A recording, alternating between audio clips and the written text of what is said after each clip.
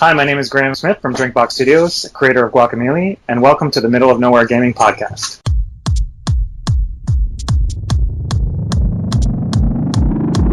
This is the Middle of Nowhere Gaming Podcast.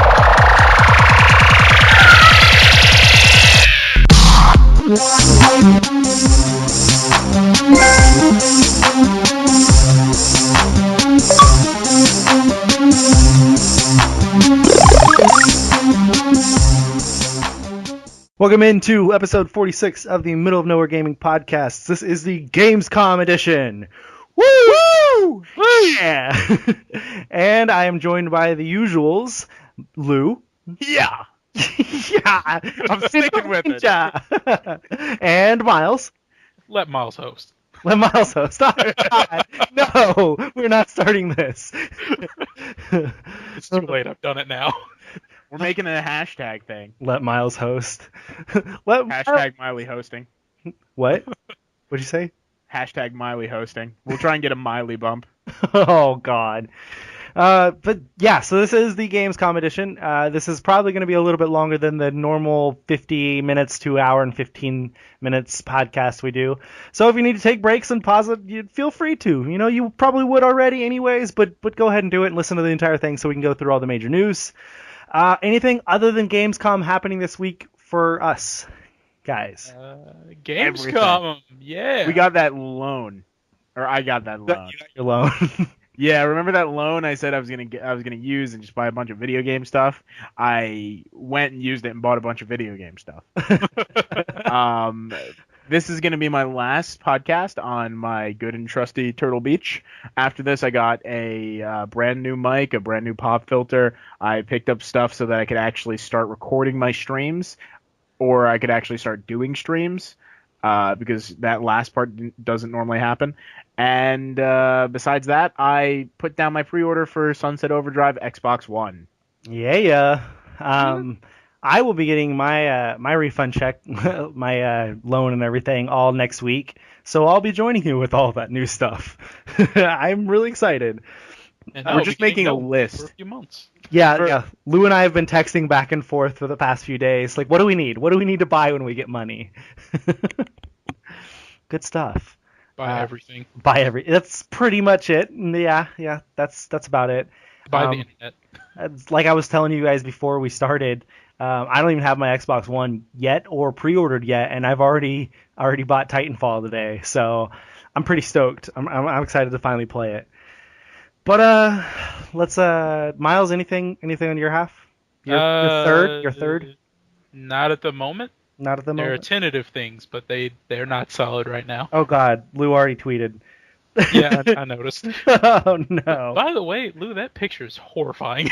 The one of me? The drawing of you, yeah. That isn't my favorite drawing, but it certainly is the one where I look the creepiest, and it was just the shoo-in for my Twitter profile. I tried to make the one you colored for me, my Twitter one, but it's too tall, so it doesn't fit on Twitter. And I'm like, man, it's only good if it has the entire picture because of the guns and everything. See, I'm going to explain something right now. For me, I use a certain Twitter app thing for my internet or my browser that it just like has a little picture. So I haven't seen it big yet. But Lou, your picture looks like you with like wide open eyes and like your mouth is ripped open and just your like teeth are there. So that's what I've been seeing every time I see you tweet. Well, that's how I want people to look at me when I'm being overly nice via Facebook. I mean, via Twitter. So Okay. we haven't really talked about this yet, but Miles, you drew a MONG logo per se yesterday, right? Yeah, kind of, pretty much. Yeah, I did not see this. he drew the MONG man. It's in the general chat.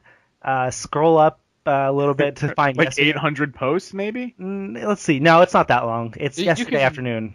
You can go to my profile. It's in one of the albums. When we say general chat, just for those of you who don't know, we have a general chat circulating among our MONG editors, writers, etc. And normally it fills up within like 3 seconds, about 500 posts. Yeah, there's like 40,000 Oh, wow. messages there. You found the fantabulous Mong Man? I'm not sure how I feel about this.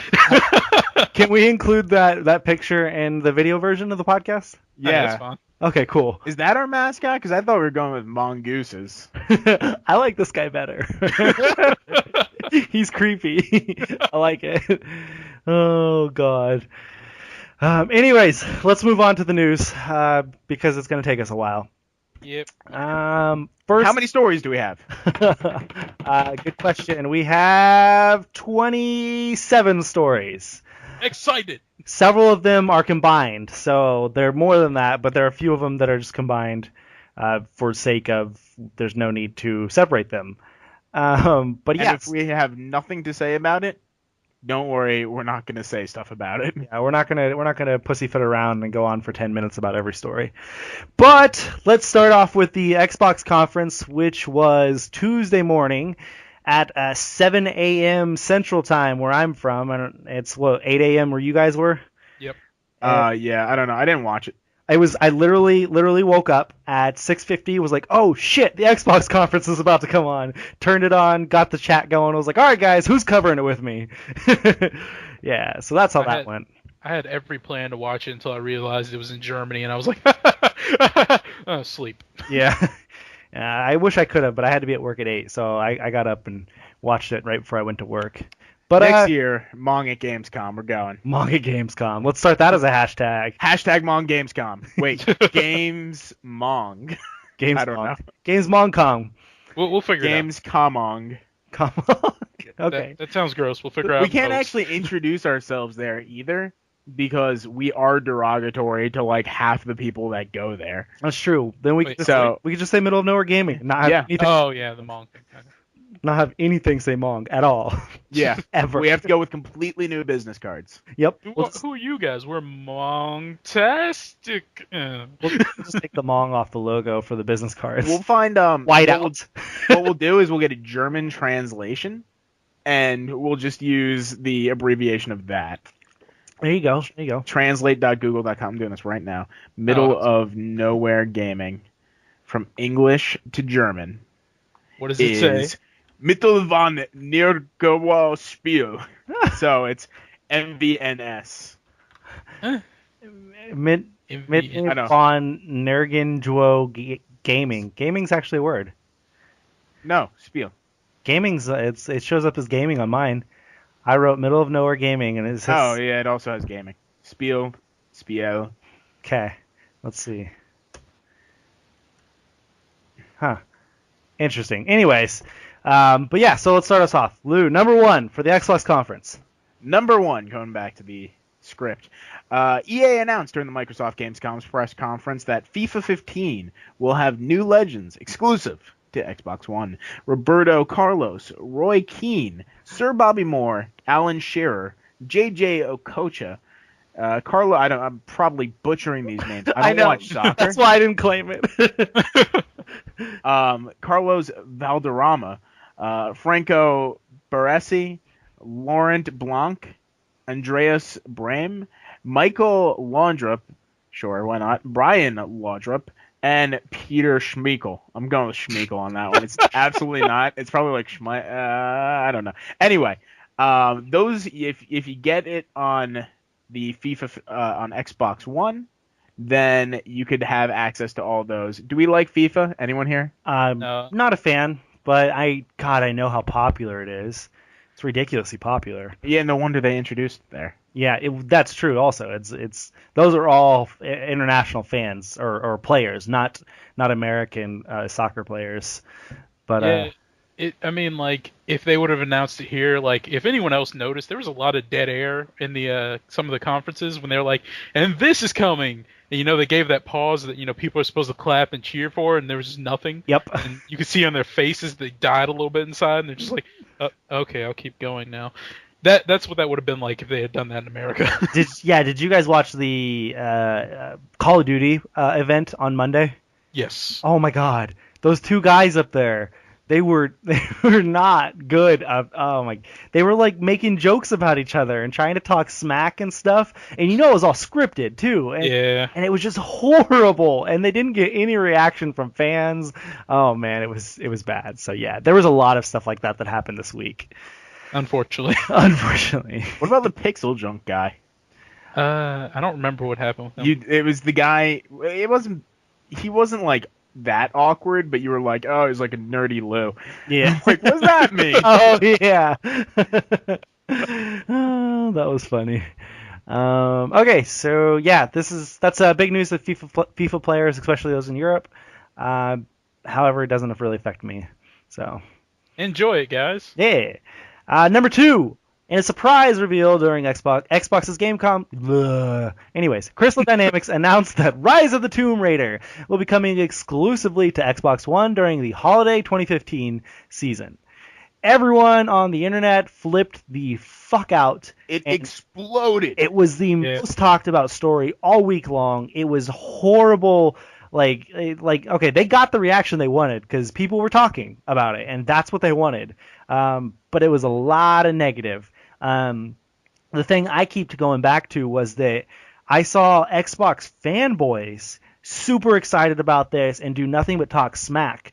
But those who play Xbox for a living and are critics of Xbox who work for websites, they had nothing but bad things to say about this. They understood how bad of a deal this was for the entire industry, for PlayStation gamers, PC gamers, and all that stuff. And it was editorial after editorial after editorial from all these different websites about this is a dumb move, this is a dumb move, this is a dumb move. And they were Xbox people writing the story. And so you could tell the difference between who's a fanboy and who's not. Just by reading the comments and reading the actual stories. But fear not, the next day after the story broke and everything like that, Xbox's boss Phil Spencer confirmed to Eurogamer that Microsoft's controversial exclusivity deal with Rise of the Tomb Raider has a duration. His exact words, it's pretty long. He went on and on and on, saying basically over and over, he does not own Crystal Dynamics. He does not own Square Enix. So he doesn't own the IP. He cannot say what's going to happen with the IP. It's not going to be always on Xbox. And that his deal, Microsoft's deal with Rise of the Tomb Raider, has a time limit. And when that time limit is over, he has no say about what Crystal and Square does with the game. So what that means is, as soon as it's over, Crystal and Square are going to want money, and they're going to port it to every console. That's what's going to happen. It's just a matter of how long will it happen. And this is compared to things like Rise, Son of Rome, and Dead Rising 3. They both had timed exclusive deals for Xbox One, and now are coming to PC. So it's a lot like what that is, but it's not going to be for a few years. It's not even until next holiday season for Xbox One, and then after that for other consoles whenever the deal is over. So, how did you guys initially react? I didn't care. I thought it was a power play. I thought it was a bloodthirsty power play when I thought it was an exclusive thing, like totally. Yeah. My first gut reaction was I saw that this is an exclusive title. However, it didn't say Xbox exclusive, so I just jumped to timed exclusive. Mm-hmm. But if it was actual exclusive, I'm not the person to care. I'm the one out there who makes their purchases based off of what studios certain producers have. I judge what's on Xbox before I go out and buy an Xbox. So honestly, if they went out and bought it, it sucks, it's awful, but it happens, and it's a money transaction. It's not great for every gamer, but that's like, being upset that PlayStation aren't on Xbox. If Xbox has the money and PlayStation doesn't want to shell it out, then it's hard to get mad. I'm glad for everyone that that's not the case, that it's just a timed exclusive. I'm the one who likes having stuff to play on certain consoles. Yeah. I have to agree.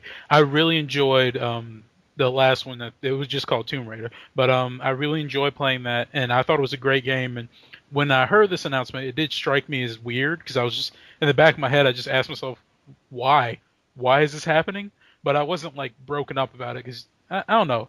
I will tout that Tomb Raider was an amazing game. It was good, and you should play it if you have the money or time or whatever. But I mean, I'm not like as invested in that series as some might be. So I mean, it like Lou said, it's great that it's gonna be coming out to the other consoles and stuff. But I mean, if it didn't, it didn't. Yeah. Right. Now I come from so I watched it live. I watched when this event happened.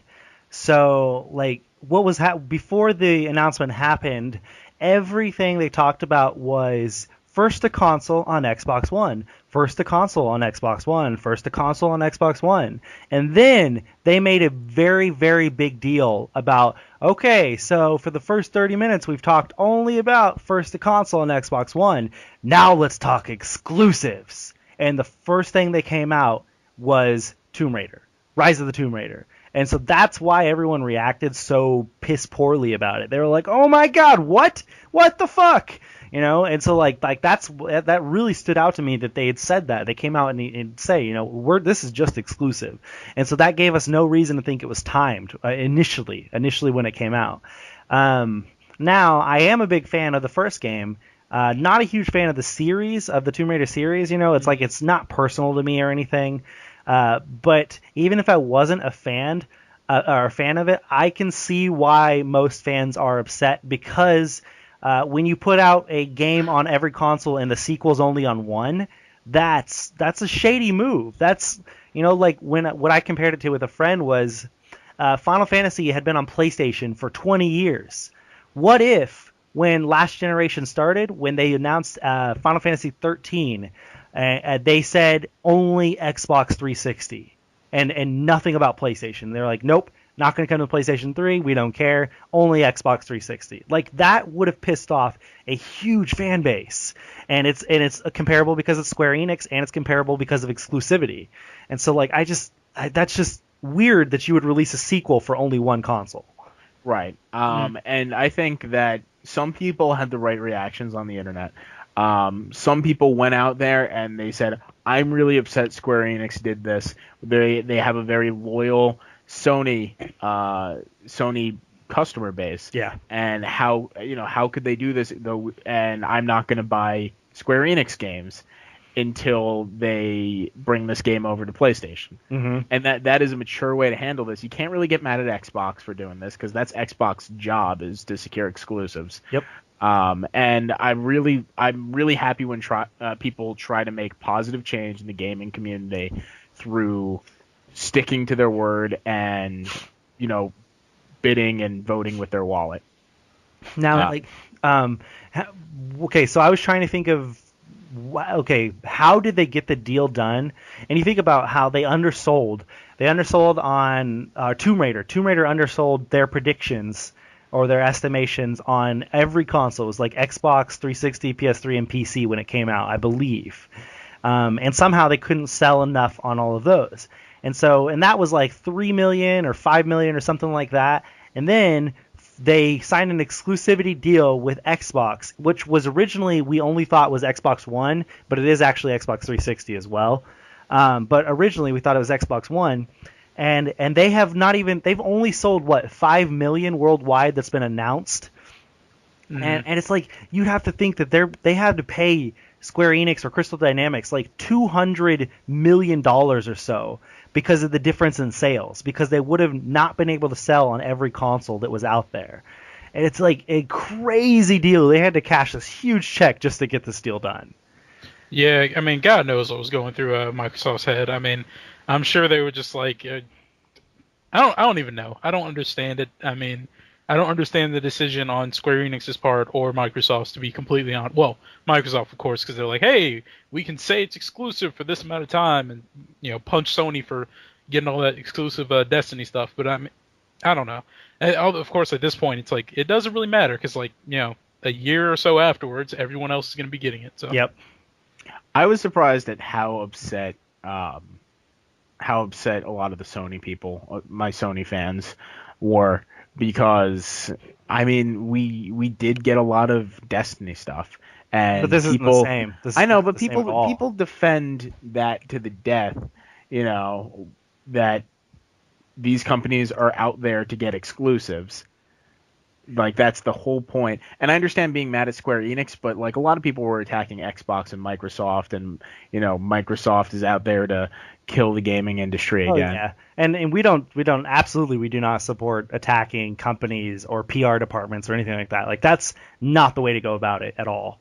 But I see why Sony fans would be upset with this when our exclusivity comes with, we just get DLC first and we get some perks and some armor and stuff for Destiny, when they get exclusive games like Dead Rising and Titanfall and now the Tomb Raider, and it's like all these huge AAA type games are coming only to Xbox One and not every console when we get DLC.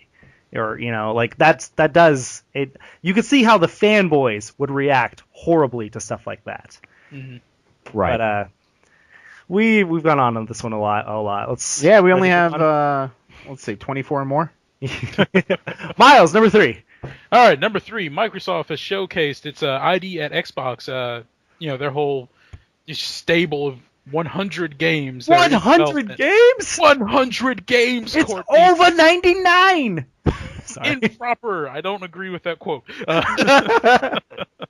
So some of the games shown were, they gave a good list of games. The Escapist, Goat Simulator, which, everyone loves because it's just ridiculous. And ridiculous in a good way, by the way.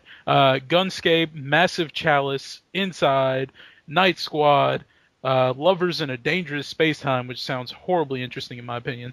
No Time to Explain, Plague Inc. What is that about? Wait. No Time to Explain? Yeah, tell me what it's about. Explain. I can't. I don't have time. Oh, okay. There's no time. Keep going. There's no time. Plague Inc. Evolved. Rivals of Ether, whatever. Smite, which is I was kind of interested by that. Slash Dash, Space Engineers, Spectra. I don't know. Is that Pneuma or Numa? Anybody know? It's probably Silent P. Okay, Numa, Breath of Life.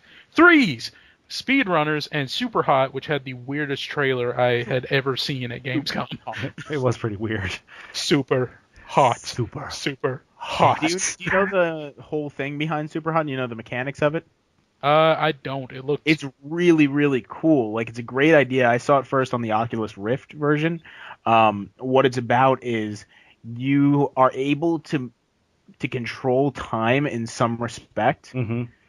But it's your movement controls time. So if you move, then, like, let's say someone shoots a gun at you, and you move, the bullet starts going forward. But if you stand still, it'll stay in one place. So you get to, like, do some crazy Matrix stuff. It looks really cool, especially on the Oculus, because you're actually doing the Matrix stuff, like leaning and whatever.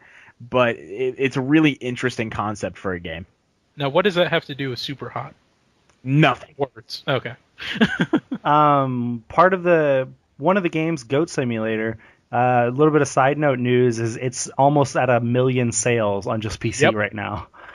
And to think that was a joke. Yep, it started as a joke. Like, how? Oh my god, that is crazy. But also, I did hear.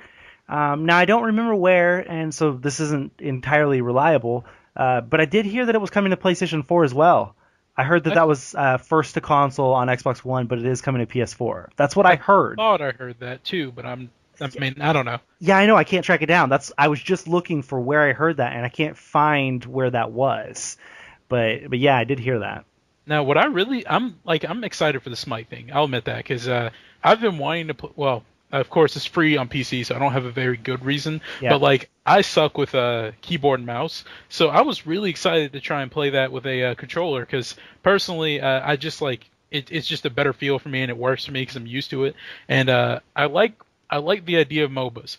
I was going to say, that is the MOBA, right? Yes, that's the third-person MOBA where you play as gods. Also, that's kind of awesome. I enjoy that they like got a bunch of different gods. Yeah, Greek gods and stuff, and it's like all the gods. So like cool. Brahmins in there, like Bacchus, and that could be my entrance to MOBAs. It could, yeah. And like I like the idea of MOBAs. It's just like the options right now are bad because they don't use controllers except for Minimum, which you all should go check out that story I wrote on it. Shameless plug. And also because League has just like that horribly toxic community that is hard to ever try and do anything inside of. So, yeah. But I think it's awesome that they're bringing that MOBA to a console because that kind of opens the door a little bit, if you ask me. Now, I don't think Miles or I are very excited about this one, but Lou, did you see anything about this Escapist? It seems like it would be a game for you.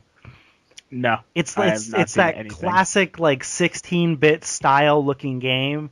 I told you I am done with indies. No, it looks like it looks kind of cool. It's people trying to escape jail. You're stuck in jail and you have to like try to dig out and stuff, and you can cause like big old fights or whatever to distract guards, and it looks interesting, but not a game for me.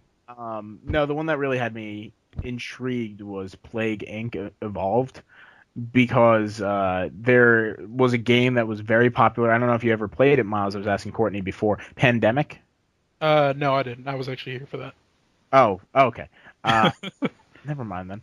But I used to love Pandemic. It's where you just make a virus and you get to pick its features and pick where it starts out and have to infect the world and kill everyone. Oh, that'd be cool. Pandemic.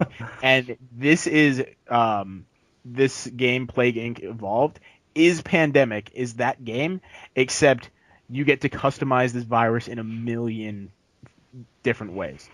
It's awesome because you get different kinds of viruses too. Like I know eventually you can unlock the zombie virus.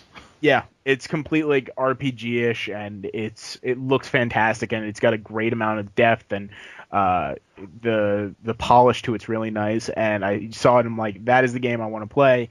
I'm done with indies forever in my life, but You say that. I'll go and grab this one. Yeah, still all I play is indies. By the way. What was that one called again? Plague Inc. Plague Inc. Okay, yeah, I do think I remember seeing more about that now that you're explaining it a little bit more, and yeah, that does look really cool. I might try that one out too. Okay. Yeah, it's been out for a while on Android, iOS, and PC. So. All right, so how about we move on? Moving on to number 4. Remedy Entertainment finally released a live gameplay demo for the newest game, Quantum Break. And then the information released with it was that the story is going to follow a time travel experiment gone horribly wrong, and it's up to Jack Choice, not the greatest name they could have chose, to stop the end of time. It's a third-person shooter, and it takes gameplay from like Max Payne and cinematic storytelling from games like Alan Wake, which they're known for making. Jack Choice was caught in the experiment, and in doing so, he can now manipulate time. Jack can stop time in a small area, completely stop time, allowing him to move about from cover to cover and perform melee attacks in a split second. He can also use his power to let a set piece move forward in time, creating a tactical advantage. For instance, he can take a falling car and let it completely stop its motion, knocking into enemies. The gameplay demo showed off all of this, and I have to admit, this is now, Quantum Break is now my most anticipated Xbox One game.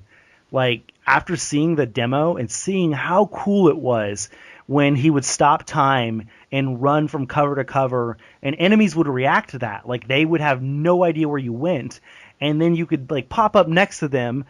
You could freeze one enemy completely so his time stops. You could kill the guy he's next to and then unstop time for that guy, and he doesn't even know what happened during that. And then you could sneak up behind him and kill him. And it's like, it is so crazy and beautiful. Like, absolutely beautiful. Oh my god. This game looks really cool. I'm not going to disagree with you. It looks like a good game. It is pretty. I will admit that. Fun fact, for anyone who thinks this is going to be really easy because you can just freeze everyone, then kill them. No. There are going to be enemies that are immune to your time freezing. So Yep. Don't write this game off because you're like, oh, it'll just be like a walk in the park, popping daisies. And by popping daisies, I mean shooting people in the head. Yeah. But also, I don't know. I'm personally getting really tired of time mechanics in video games. It's been like a really big thing recently. It's like I'm starting to notice it. Since Braid, I think, really. Yeah, that's exactly what I was thinking. But you remember Time Splitters? I never played that actually. Okay. Did that really control time? Not. I think it was just like different time pieces. I don't even remember. Was it Time Splitters that I'm thinking of? Keep talking. Right? Go ahead and keep talking. Yeah. No, you were talking. That was pretty much it. It's saturating the market right now. Like, we have Quantum Break, we've got a game that we just talked about that I just forgot that has time mechanics. There's was it Life is Strange that's gonna have time mechanics.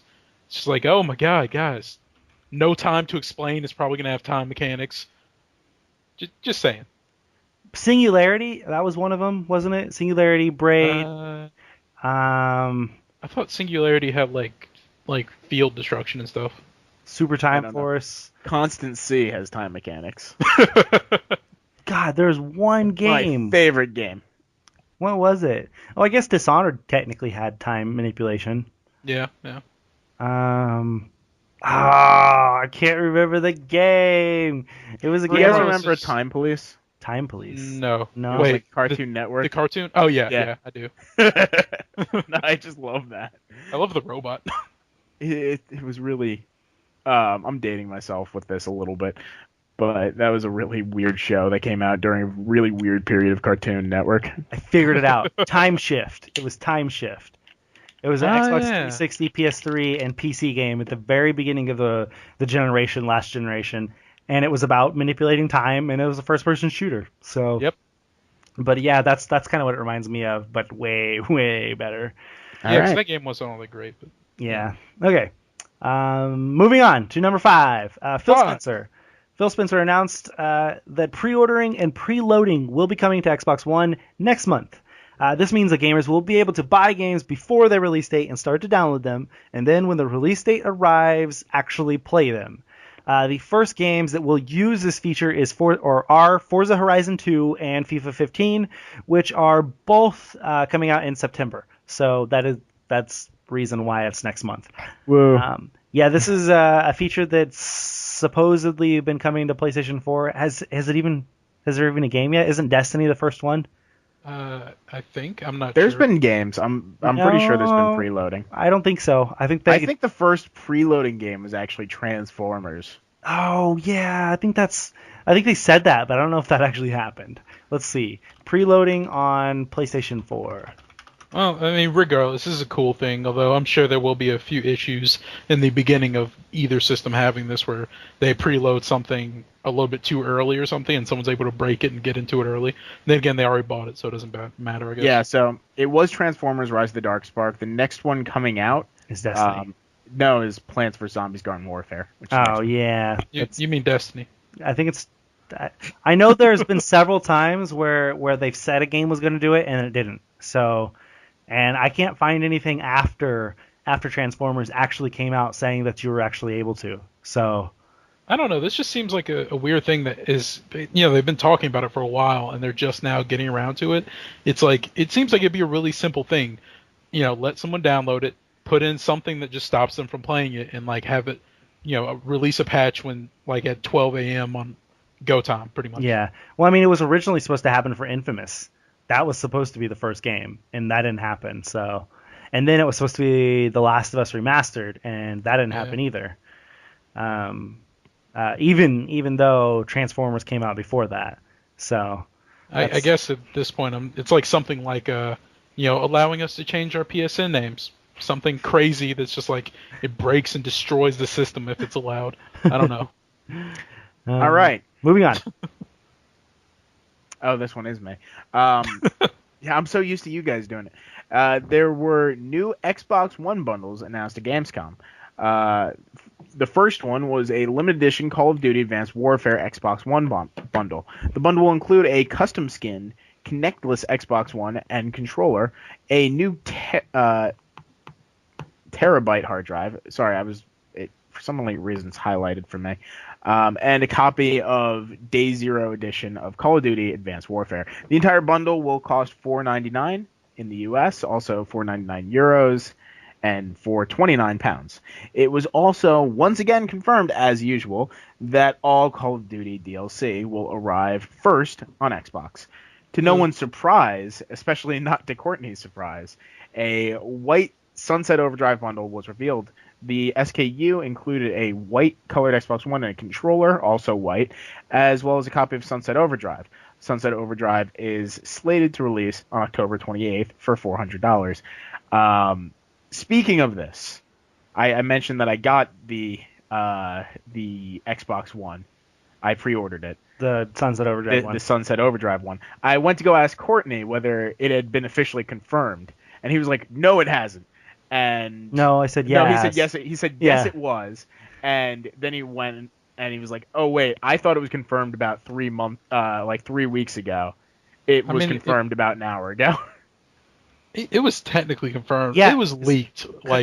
Yeah, Miles wrote the story 2 weeks ago, I believe. Yes, it was a reliable source. Yeah, and then later that week they confirmed it. Somebody up top, somebody somewhere confirmed that it was actually happening.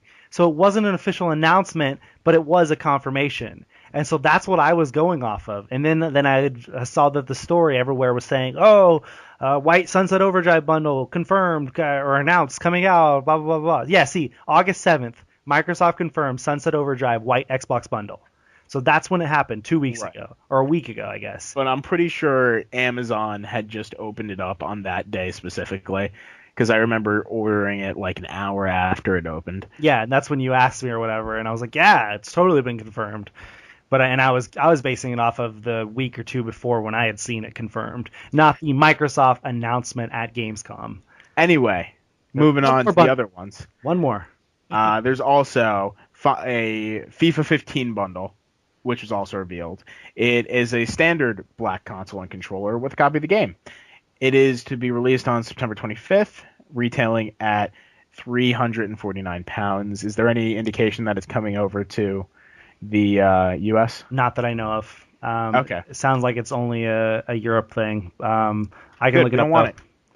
Yeah, we'll take the beautiful white one or the custom skinned one with the terabyte hard drive. I prefer the custom skin one for obvious reasons that I've said, but I actually think it looks good, even though I don't like Call of Duty. Yeah, that Call of Duty one is freaking gorgeous. It's so cool. I just couldn't live with myself if it turns out being a really bad game. For all I know, it could be the next Ghosts, and that was received horribly after the first week. Honestly, I admit. Oh, go ahead. No, you can go ahead. I mean, I wouldn't even play the game. I'll be completely honest. I would buy the system. Take it out of GameStop because if anyone doesn't know, you can't open a game from the packaging and then trade it in immediately. I would take it outside, go to my car, open the box, take the game out, take the plastic off, and then take it back in and get some credit. But that's saying that it's not a downloadable. I'm not sure. Is it downloadable? Most games that come in bundles are. So or they're a game in a cardboard sleeve. So. Trade the disc in. Do I have to have an actual case? Go buy a case, a replacement case on Amazon. So did you make an executive decision, Courtney? On what? On whether you're getting the white Sunset Overdrive? Oh, I haven't made up my mind yet. Probably still going to go with the white one. It looks so good. Yeah, it's really slick. I really do want it. Now, I don't know if I can wait that long for it, but at the same time, I have so many games starting on Tuesday.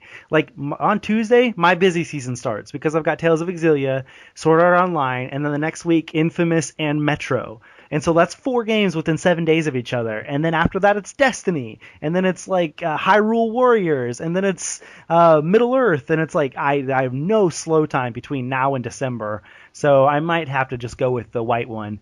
Are you one of the reviewing members for Destiny? No, I didn't sign up for it. Oh, okay. Really? I will be playing it. Yeah, because not Miles. Lou, you claim the PS4 one, and that's what I'm getting. So I was just like, I can't really sign up for also PS4, but I can help. We're doing the conjoin thing. Yeah, we're gonna be playing together, but everybody's gonna be. We're doing conjoined review for the PS4 one, right? We can. I mean, the entire review is gonna be together, all of the consoles, but we're just gonna have blurbs about them all. So, but I mean, the PS4 one will probably be the main console for the review, which then we can. Yeah, we're all going to be playing together, I assume, anyways. So no, I'm not playing with you guys. Yeah, I'm just going to be the one writing it. The Mong Fire Team, fuck that, disbanded. All right, so how about we move on? Let's do that. So, Gamescom, Microsoft came out and revealed some Halo 5 beta details. The beta is going to actually have a lot of stuff from the full game to make sure it's the best beta experience possible, as they put it. And that might remind you of how Destiny did things. Just saying. There's going to be 4v4 on maps tailored to small matches, 7 armor pieces to choose from, and Is that armor pieces or armor sets that you can choose pieces from? I'm assuming sets. Yeah, because that 7 armor pieces is like, hey, that's 1 armor set. Well, unless it's 7 pieces and you get to choose between different kinds for each piece. I don't know. You never know. I don't know. We'll figure it out. Yeah. There's going to be 11 items, which is like stuff like grenades and jetpacks and more to use. It'll be running at 60 FPS. Some items that are unlocked in the beta can be used in the full game, and the beta will see Halo channel functionality. And we'll go over that next, because, I mean, if no one mods, we're going to steamroll into that one. Okay. The Halo 5 Guardians beta will be going live on December 29th, 2014, a late Christmas present for some. And it'll last until January 19th, 2015, of course. Access to the beta will be exclusive to owners of the Master Chief Collection on Xbox One. So, go buy that if you want to get in the beta. Yeah, okay. So about that real quick. Master Chief Collection, you have to buy it to get into the Halo 5 beta. I don't know if you guys remember this, but it was... which okay, I think it was Halo Reach. Was that the one with the beta? Or was it Halo 3? I think Halo 3 had the beta. I don't remember. Halo 3 beta. You had to buy a game to get it. I think it was Halo 3. You had to buy, oh God, what was the game? Crackdown. You had to buy Crackdown to get Halo 3 beta. That was for Halo 3, yeah. Yeah, that sold a shitload because of that. Like, yes, Crackdown, was a very high-selling game because of that. Like, I can't even imagine how well people who are already excited for Master Chief Collection, plus all the people who want the Halo 5 beta, this is going to sell outrageously well this fall. That's going to be exciting. I'm not sure. I think Halo was in a much different position after Halo 2 than it was after Halo 4. Yeah, but you're also not taking into account that Xbox One is struggling and they need something. And this could be the thing that everyone's like, finally, Halo, that's what we wanted. Well, yes, but it follows after Destiny, so we'll see how much people are. Which Xbox fans are burnt by. They feel that Destiny has betrayed them. Remember? Yeah, I'm just saying, it's set up. It is set up for this to just sell like hotcakes. I'm just imagining the person that literally thinks that an IP has betrayed them. Oh God, there are a lot of them. No, they're holding the disc in their hands. Why have you forsaken me? You have forsaken me. Damn, Bungie. God. That being said, I already own Master Chief Collection or have it pre-purchased, so yeah. And you're one of the people who are getting it to catch up. You're one of the people who have not seen it at all. I've never played I've tried playing a Halo game, but when I did try, I just went straight to Veteran. Is it Veteran? Is that the top one? Yeah. Is it, or is it Legendary? It's Legendary. It's Legendary. I started on Halo 2 and went straight to Legendary and couldn't get out of the hangar. Horrible decision. And I was like, fuck this game. I don't care anymore. That is a horrible decision. Legendary is hard when you have multiple people playing, co-op. And so after doing it alone. Yeah, and after beating the game several times by yourself and knowing where everything is. It's still hard. Okay, moving on. There's more Halo news. Yes, there is. So, remember that Halo channel thing I mentioned? There's more to that. The Halo channel was also revealed at the Gamescom conference. The Master Chief Collection is going to include a more updated and upgraded version of Halo Waypoint, if anyone remembers that. I think that came out with Reach, I believe. I think so, too. And then lasted up until Halo 4, of course, and I'm assuming it's still going. And it's going to be called Halo Channel, which is a weird name in my opinion, but whatever. It's going to have all the things that Halo Waypoint had, including, and I quote, exclusive videos from behind-the-scenes footage, which is like interviews and conversations, I assume with the people from 343, top 5 Halo plays, which is something I would actually like, the Ridley Scott-produced Halo Nightfall, which is featuring the main character from Halo 5 Guardians, who is Agent Locke, Twitch to have live gameplay streams so people can watch matches, which I guess it's just Twitch functionality, which is and Halo Channel will also be for the iOS. So iOS and Xbox One, and I don't think they mentioned the Android. Yeah, well, a lot of people don't mention That's Android. really weird. I'm sorry. What is weird? The entire thing? No, that they're not supporting Android. Yeah. It's Microsoft. Oh, yeah. That is weird. Maybe they just don't have to mention it. Maybe. Who knows? I don't know. At this point, I think you should, like, if you're going to have it, oh my god, it's coming to Windows Phone, but it's not coming to Android. I mean, they plug Bing support like it's no one's business. Yeah. It'll probably come to Android after a little while. Moving on. Moving on. Is the next one me? Yep. Last Xbox. Right. Yes, I love this one. The last Scream Ride was announced for Xbox One and Xbox 360 in a trailer during the Xbox conference. The trailer starts out normal enough. Some dark tones echo as they show how players are able to construct roller coasters and rides like in Roller Coaster Tycoon or Sim Theme Park. However, that's where things go off the rails. Huh? I see what you did there.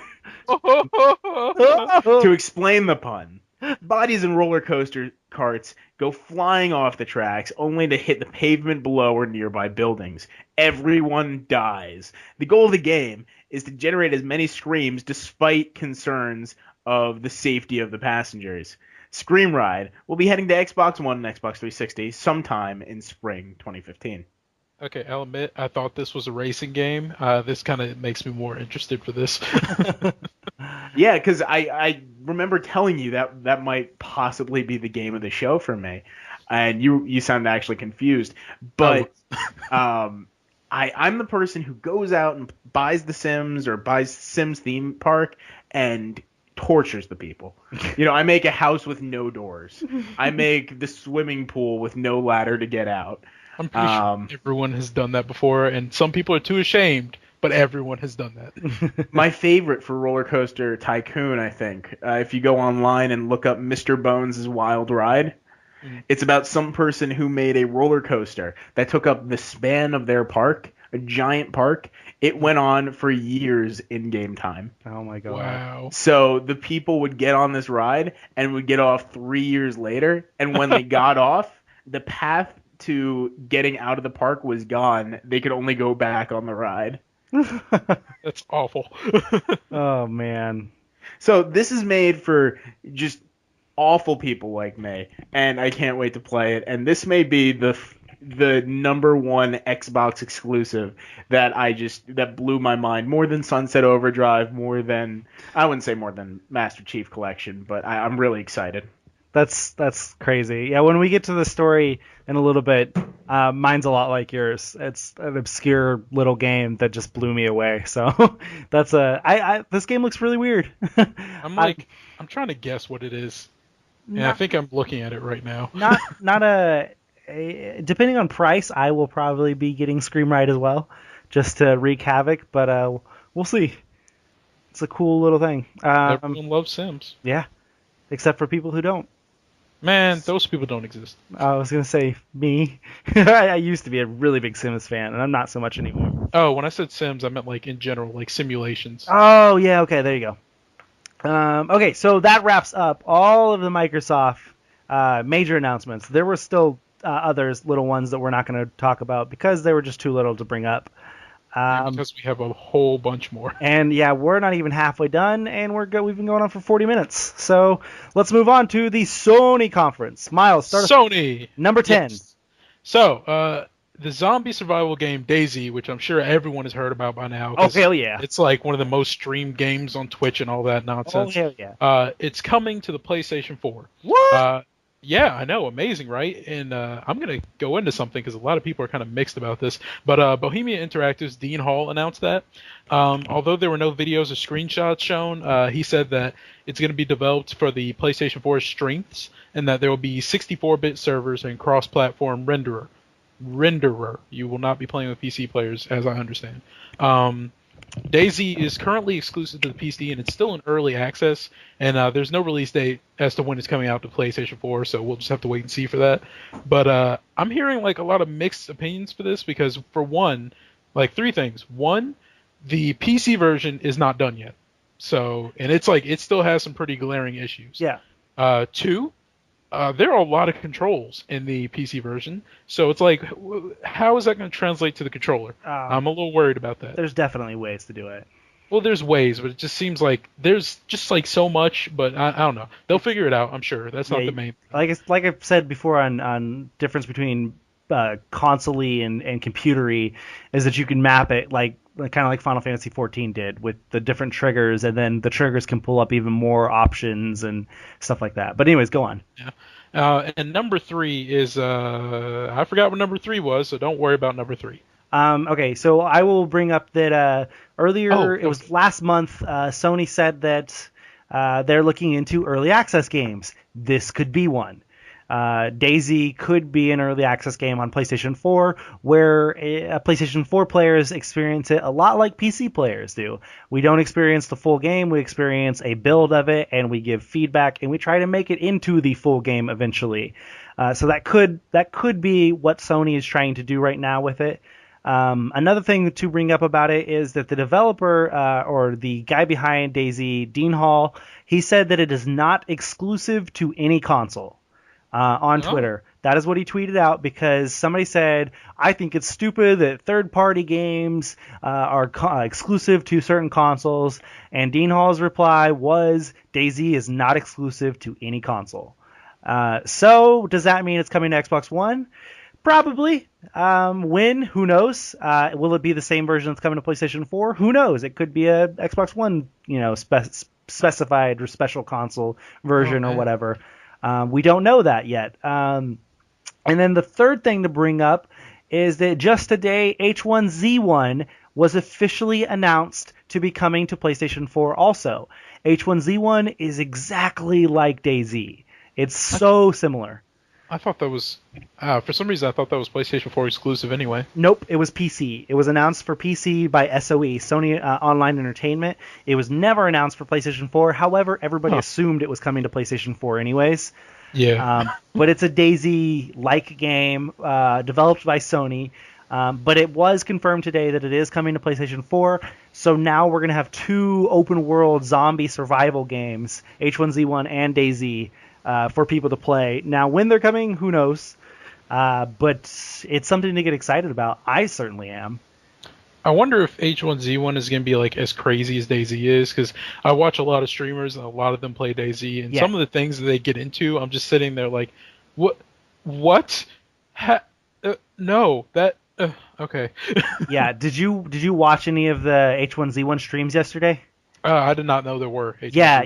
Sony Online Entertainment held an event at Gamescom, I believe. Maybe it wasn't at Gamescom, but they had a lot of big name streamers come. It's a huge event, so there was tons of PCs set up with headphones and everything like that, and they just allowed them to stream DayZ basically, or not DayZ, H1Z1 all day long.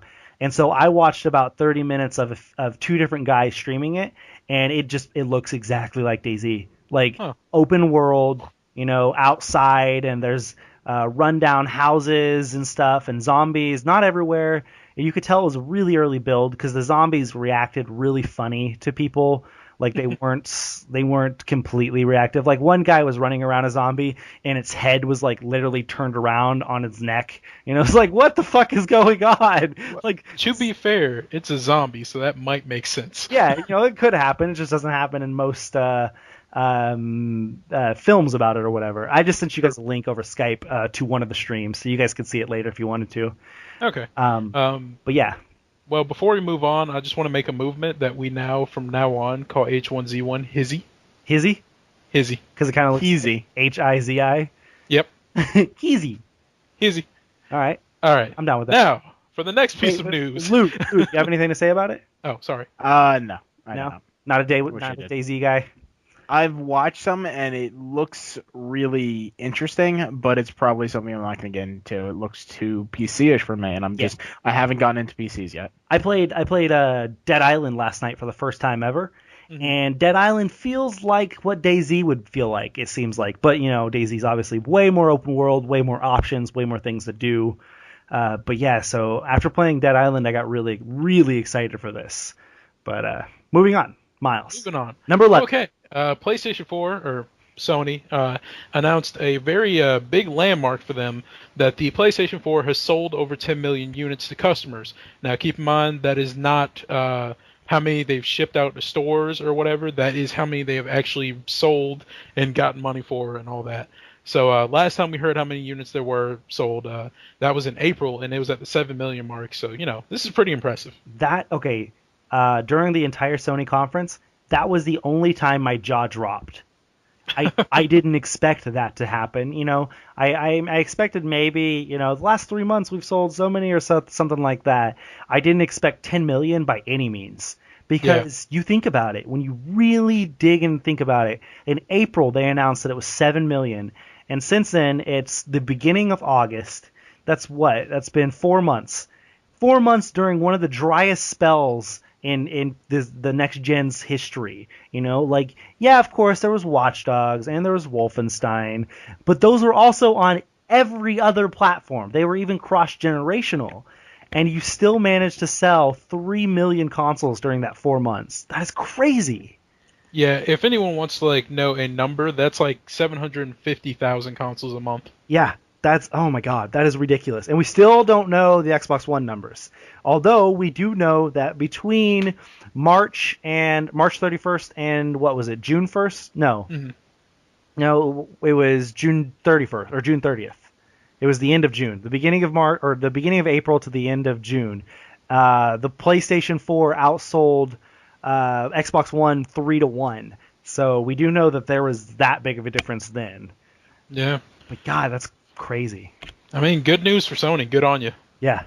Lou, you made a good console. What the hell are you doing, man? What do you mean, what am I doing? You're just not talking at all. Oh, well, you know what? When I actually saw this, I instantly thought the wrong thing. They said, we sold 10 million. I'm like, yeah, okay. You sold 10 million. I bet that's shipped 10 million. And then they clarified it that second. Yeah. And was like, no, just to make that clear, we sold 10 million to customers. I was like, wow. Yeah. And we don't know Xboxes yet, but we do know that they're not giving us how many they sold, so it is probably a lot less. Yeah, there's a reason why they're not giving us the number yet.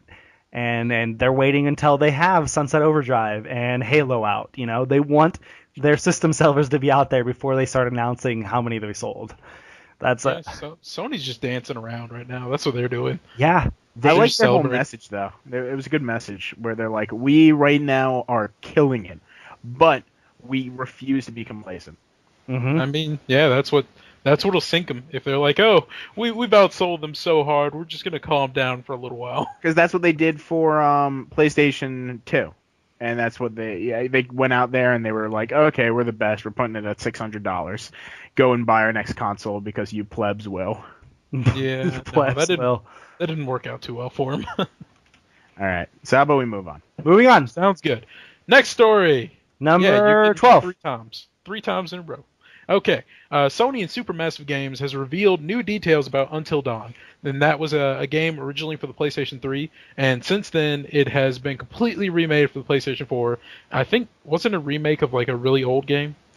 I know it's not. I don't know if it's a remake of a really old game, but I know it's based off of 80s and 90s horror movies. So okay, yeah. Well, it makes perfect sense because anyone who's seen, oh my God, Deadites, Ash, or oh my God, I can't remember Evil Dead. There we go. Yeah. The trailer reminded me a lot of Evil Dead.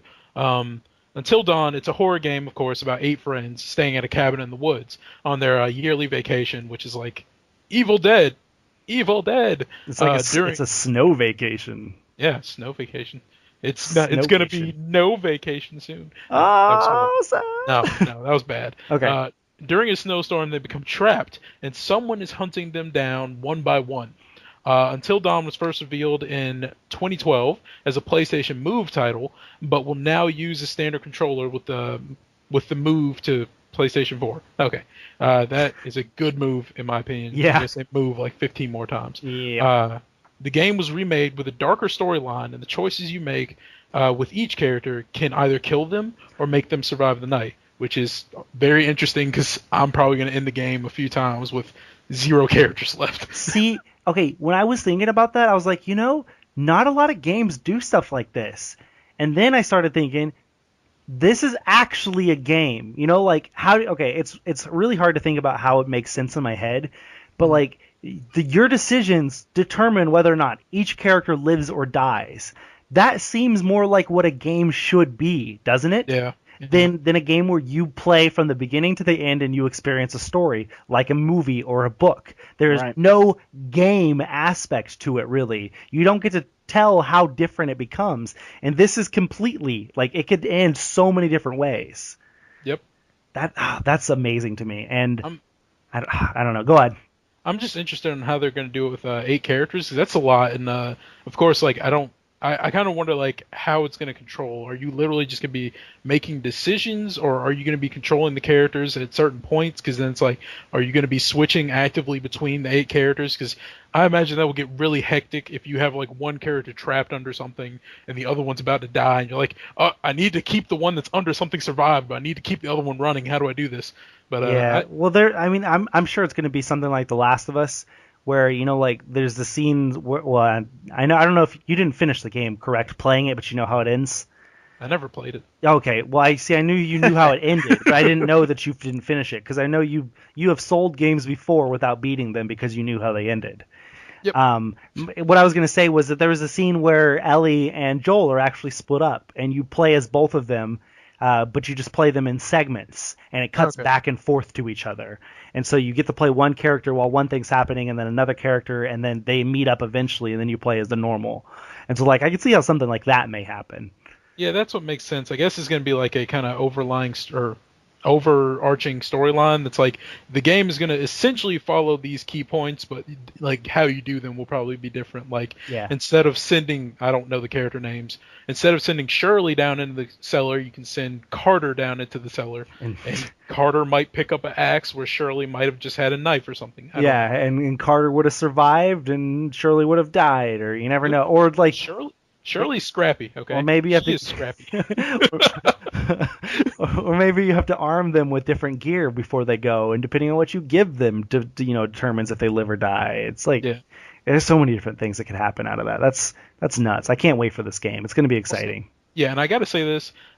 If you all haven't seen the trailer, I'm talking to listeners and Lou and Courtney, of course. You should go watch the trailer, because it is gorgeous, and I hope that's not just pre-rendered. I hope that's actually what it's going to look like. Because with PlayStation 4, that's actually likely. So. Well, I mean, did you guys see Hayden Panettiere in it?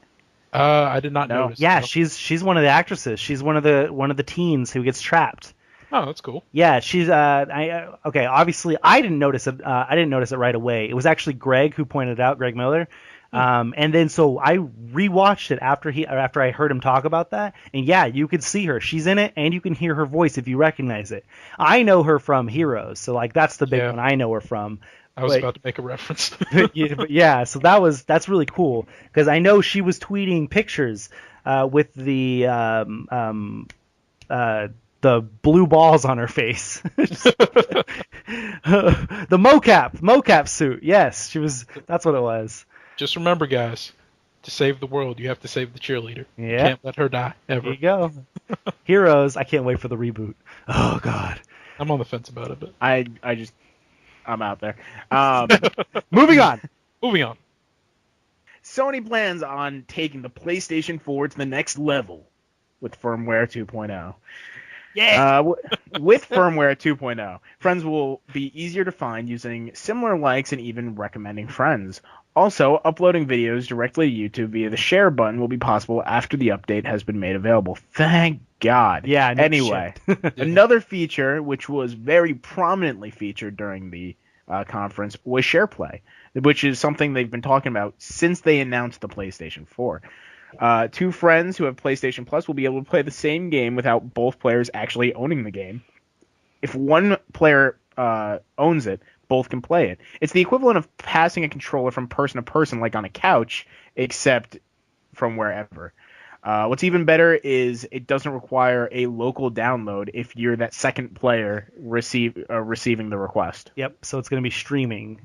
Mm-hmm. That is really cool. Guy must be going nuts. Yeah. Yeah. Like, how big are those servers actually that they can do all of PlayStation now and also somehow do this? You've got to imagine that since Sony bought them, there's probably servers everywhere now. You know, it's been 2 years since Guy was bought. They had to have been establishing some huge network all over the states for this to happen. Well, it's like all of their stuff with the PlayStation 4 has been like integral, or Gaikai has been integral to it since they announced it. Yep. So the moment they got it, they just probably started just sinking money and money and money into it. Now, like, the biggest part about this that I'm a fan of is the YouTube share. That is super. Directly to YouTube by clicking the share button. That is a huge get. And that's one of the things that everyone was worried about whenever the PS4 was announced. Which sucks. Why was there no YouTube? Why is it only Twitch? Why is it only Ustream? Why You know is what there sucks no for me now? What? It sucks because I just went out and I just bought the HDMI recorder. No, that And- doesn't suck. You know why? Because now Why? you don't have to use the Share Factory? Yeah, now you that's don't have true. to use that to edit. You can use whatever software you want on your computer, and it'll be 10 times easier. Yep, I have Final Cut Pro in motion, so I'm So- gonna make some awesome graphics. Yeah, that'll make everyone else look like shit. way better than Share Factory. But that's what I have to say about that. But and then the friends, I love the wording. It'll make friends easier to find using similar likes. I don't really like that because I feel like that's going to Social turn network. into Facebook. Yeah, it's a Which is annoying. PlayStation, Facebook.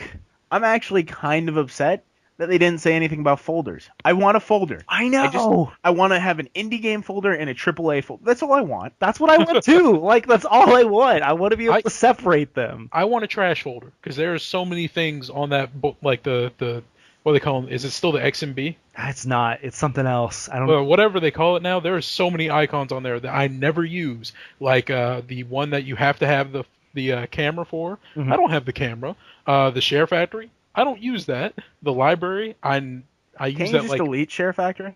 no, you can't. Oh, ooh. Yeah, I've tried. Well- So it's just like I want a trash folder, so it's just one folder at the end that never gets touched that just says trash. Everyone has one of those for the iPhone. Oh yeah, definitely. So Um, I don't see a name for it, but it just sounds like it's PlayStation 4 UI, the user interface. That's Okay. really what I see. It was codenamed Orbis OS, obviously when there was no PS4 name yet. But everywhere I'm seeing it just says PlayStation 4 UI, PlayStation 4 UI, similar to the XMB, but no names. Yeah, So. it works for me. It's straightforward. Yep. It works. PS4 UI. Okay, so moving on. Sony showed off some upcoming games from its indie partners. These games will likely come out on PlayStation 3, PlayStation 4, and PlayStation Vita. In fact, we know that some of these are PlayStation Vita exclusive, in fact. I think Pix the Cat, for instance. Anyway, they're... Actually, I have them all here. How about I just look it up, and I could tell you guys where they're coming out. Sure. Okay. All Sounds right. good to me. Do we need to Filling time, yeah. I was going to say that firmware 2.0, there's no release date yet, so we don't know how soon it's coming out. Okay. I just want to say this. They need to make the navigation easier because we've all talked about that. Make it prettier. Add folders. Let us change our names. And give us a Twitch and YouTube app. I know that has nothing to do with that, but that needs to happen. Yeah, I agree. They do need both those apps. That would be huge for them. I really wanted a UI update. Yeah. Just to be able to include folders. Like, that seems like the biggest thing that they should have on there, and I don't get why it's not. That just blows my mind. It's weird. Yeah, I just hate that like the two apps that are really important are missing, and also just like how you have to go through 3 pages to like send an invite or receive an invite, and it's just like why do I have to go through so much to just join someone's game? That's Mhm. ridiculous. I agree too. All right. All right. Okay. You ready for these? Yeah, I got some of these. Okay. All right, so some of them include Snow, which is coming out on PS4, Dreamfall Chapters, which is a Kickstarter game coming out on PS4, Paper Please, which was rumored to be coming to Vita, now officially confirmed for Vita. Another one, In Space We Brawl, is coming to PS4 and Vita. Ether 1, PS4, Cube 2, PS4, Nom Nom Galaxy, which is made from the same people who made the Pixel Junk stuff, Vita, PS4, and Pix the Cat, only Vita. Now, just saying, I think Cube 2 is supposed to be Cube Squared. Yeah, I Yeah, think it is. so too. And it's Okay. also QUBE. Yes, this is true. So it's Uh, only E squared, technically. Yeah. Otherwise, go ahead. I'm surprised Papers, Please is not coming to PS4 because it seems like something that would be really easy to port over. No. Absolutely. Oh, no? Did you play Papers, Please? I I've seen it play a lot, and Luke, you reviewed it, right? I reviewed Papers, Please. Yeah. okay. Explain to me why that would be difficult. The reason why it's so difficult is because you need to just be multitasking a ton of different documents. The only kind of place it would actually work is with a mouse and I guess a keyboard for hotkeys, or probably better with a touchscreen.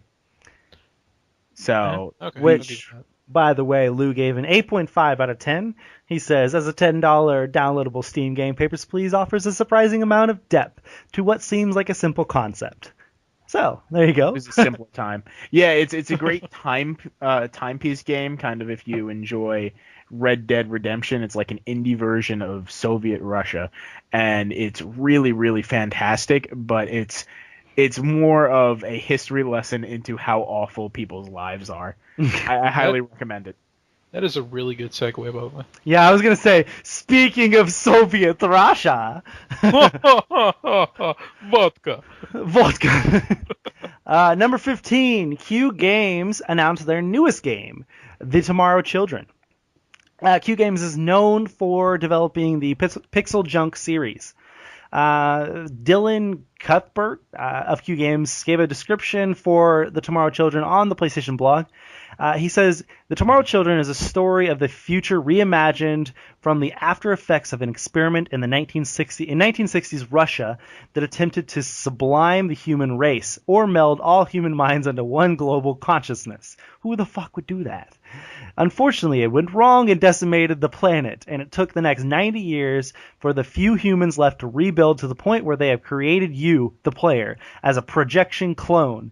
You're tasked with venturing out into the void to reclaim the human race and restore it to its former glory.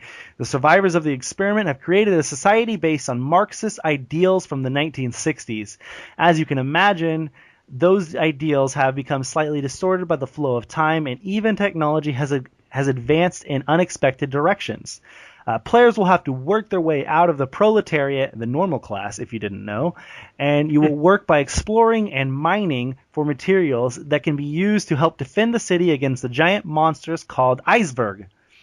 Tomorrow Children does not currently have a release date, but it will be coming exclusively to PlayStation 4. Okay, so earlier I said that a little game came out and blew me away. This is it. That's what I thought. The Tomorrow Children. Oh, God, I watched the trailer, and Miles, it was you and me who were talking about it in general chat, wasn't it?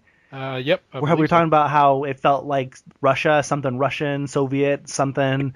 Anyways, I watched the trailer, was not blown away by the trailer. I was not. It was weird. It seemed kind of cool, but, I was like, little game, whatever. After the press conference was all said and done, I actually took the time to look more into it, watch the trailer again, read the blog post about it, read all of the details, which there are more than just this. And now I am obsessed with this game. I cannot wait for this game. I am so excited. It feels like, or the way it sounds and feels like, is you're going to have control of one character, and you can explore the world, completely open world, do whatever the fuck you want. You can help your town if you choose to, but you don't have to. You can help other towns or communities or whatever, which sounds like are controlled by other players. It sounds like maybe your friends list, whoever's playing it, you'll be in a world where they all have their own communities, and you can work together to help them to rebuild humanity and fight these monsters. It sounds kind of like a simulation, like a Sims type game or a Civilization type game, mixed with Minecraft. It's just like it's really weird sounding, but it sounds so cool. Yeah, and it has mechs, so I'm sold. Yeah, it does have mechs. If you have not seen the trailer, go watch it. It is, like I said, the first time I wasn't too blown away. The second time I was. It looks really, really fucking cool now. I'm super excited. I'll admit the aesthetics are very charming. Yeah, they are. Lou, anything to say? On this one, not specifically. I looked at it and just kind of wrote it off as Soviet Minecraft. But see, there's so much more than just the there is. I think it's something that has to grow on me, and I just have to see some more videos on it. I'm not saying I'm not gonna get it. I think I'm just gonna wait it out until I could get some more information. For sure. Fair enough. All right, moving on to number 16. Sure. Is it me? Because my thing just closed out. Everything closed out. Yeah, it's you. Oh, wait, no, it's here. Okay, thank God. Anyway.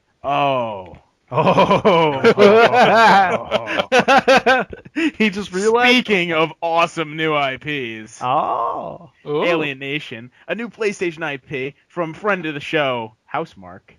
It's like one person. Creators of Resogun, Dead Nation, and Super Stardust HD was announced at the Gamescom thing. Awesome. Alien Nation seems to carry on the arcade-esque legacy of Housemark, which will feature the studio's famous particle effects, explosions, score-chasing leaderboards, and online co-op. In addition, Housemark will be throwing in some new ideas to sweeten the pot. For instance, Alien Nation will contain an overarching story, loot mechanics, 4-player co-op, stat tracking, and a complex upgrade system. While very few details have been announced about the game, it will be a PlayStation 4 exclusive. More details will be announced soon, according to Housemark, and people have been asking them, when is this game coming out? I really want to play it. It looks like an awesome sci-fi, whatever. And the answer Housemark has been giving to when is it coming out is whenever it's done. Yeah, whenever it's ready. Which is a great way. I think that's a good way to tell people. Definitely. Because a lot of people say I don't know, or they'll be like, oh, sometime 2015 maybe if we like it then. But I think just purposely not giving an answer is a fantastic way to go about telling people they don't know. I mean, people can't get salty if it's late because they never knew when it was coming. Now, I've been on the record several times now saying that I'm not as big of a fan of Resogun and Dead Nation and all those games as everybody else is. I mean, they're great games, obviously, but it's just not my style of game. But that being said, with how we set these documents up, we have story number 16, part A, part B, part C, with the different details. Part B of this story, where he says we will have an overarching story, loot mechanics, 4-player co-op, stat tracking, and complex upgrade system. That part really stands out for this game to me compared to games like Resogun. Like, that sounds so freaking cool. Like, and then that doesn't even bring in the freaking awesome trailer they showed. Like, that trailer looked insane.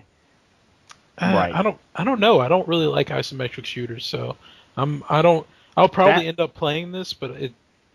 Well, if they release it as a PlayStation Plus title or like a oh yeah, definitely $15 title or whatever, I can see us three, and like Sean or somebody all teaming up to be the 4-player team and just destroying aliens. We are going to be interviewing for an official 4th player for our fire team. Who wants to be our 4th player or our 4th teammate? We will make you a shirt when it comes and to get Destiny, you. Go ahead. Playing with us. So. Ooh, no. We should get fire team shirts.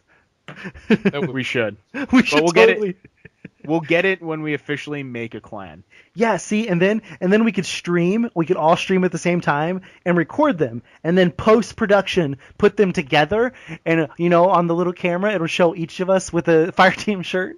We're so excited about this. I know. No, this game does look really cool. I'm really excited. I'm glad we knew Housemark was working on something. In fact, they said they were on the interview with us, but they just couldn't announce it yet. Little did we know they were going to announce it 3 weeks later. Now, I'm curious, like, you all are really excited about this, and it reminded me a bit of Helldivers. Okay, yeah. Have you all, like, done any? I haven't played any, or like, I know of it. Okay, never mind then. It doesn't matter then. All right. Helldivers isn't out yet, is it? No, it's not. I was just saying it reminded me of it. That was the main bit. Oh. Except for it looks like it'll probably be more. It probably won't be as brutalizing because you can't turn off friendly fire in Helldivers, and there's a lot of it. Yeah, no, I'm looking at it now, and now I see why you brought it up. Yeah. It does. It looks a lot like it. 4-player team, all with different weapons, alien shooter in space. Yeah, that does look a lot like it. It sounds to me like Miles was very interested in the next story. Oh, was I? Oh, yes, I was. Oh, yeah, you were. We're on number 17, by the way. Yeah, we're almost there. We're in the I forgot what the word is. Last stretch, whatever. We're not even there yet. I know. Well, we have 6 more stories, right? Of the PlayStation Plus. Oh. Okay, yeah, that's true. All right, number 16, Ninja Theory, who were the people behind. I completely forgot, even though I wrote that story. They're behind some other games like Heavenly Sword. Yeah. DMC and Enslaved Journey West. Yeah. They announced their newest title, Hellblade. The trailer, which is gorgeous in my opinion, revolves around a relatively tribal-looking scene, and it shows a warrior woman, and I say that because she has a massive sword and has kind of tribal warrior-looking outfit. I don't know. I'm a tribal warrior, so I would be the judge of this. And she's seemingly meditating before a flayed and eviscerated body, which it's been crucified above her, so it's on a stick and stuff, and she's in a circle that has some like unknown runes and symbols. Looks kind of Celtic. I think it is Celtic because I was watching a video where someone actually was able to translate some of it. And the rocks around her, kind of imagine Stonehenge. It looks a little bit like that. They have the symbols as well, and things get interesting when the body that is, it's dead. By any of our definitions, it's gone. It starts to draw breath again, and as the body starts to breathe, the world around her starts to change. Like the blue skies turn kind of black and red, and some monsters start popping up behind her, and it looks interesting to me. And also, if anyone has seen the trailer or hasn't, the woman in the trailer whose name has not been announced is probably going to remind you of Naruto. Yeah, it looks like Kai, her sister. I did miss out on Heavenly Sword, I did too. and they're making a movie for it. But just the graphics of this entire trailer looked exactly like Heavenly Sword. Like it just looked like it so much. Now, obviously, we didn't see a whole lot in that little bitty trailer, but it was enough to get me excited because I know who Ninja Theory is. Yep. I know that they make good games, so that's a good sign. And it's a new IP for PlayStation 4, so that's good to hear. As long as it doesn't come out and flop, it's great. Yeah, if in fact it is a chronological game set after Heavenly Sword, which I doubt, but it could be, then it's bound to do better than Heavenly Sword did, because Heavenly Sword was released early on in PlayStation 4's life cycle, or PlayStation 3's life cycle, where there were not very many units out there yet. So there was a reason it flopped. It was released before trophies were mandatory. Like that tells you anything. The dark days. The dark times. PlayStation. Now, Lou, are you excited at all?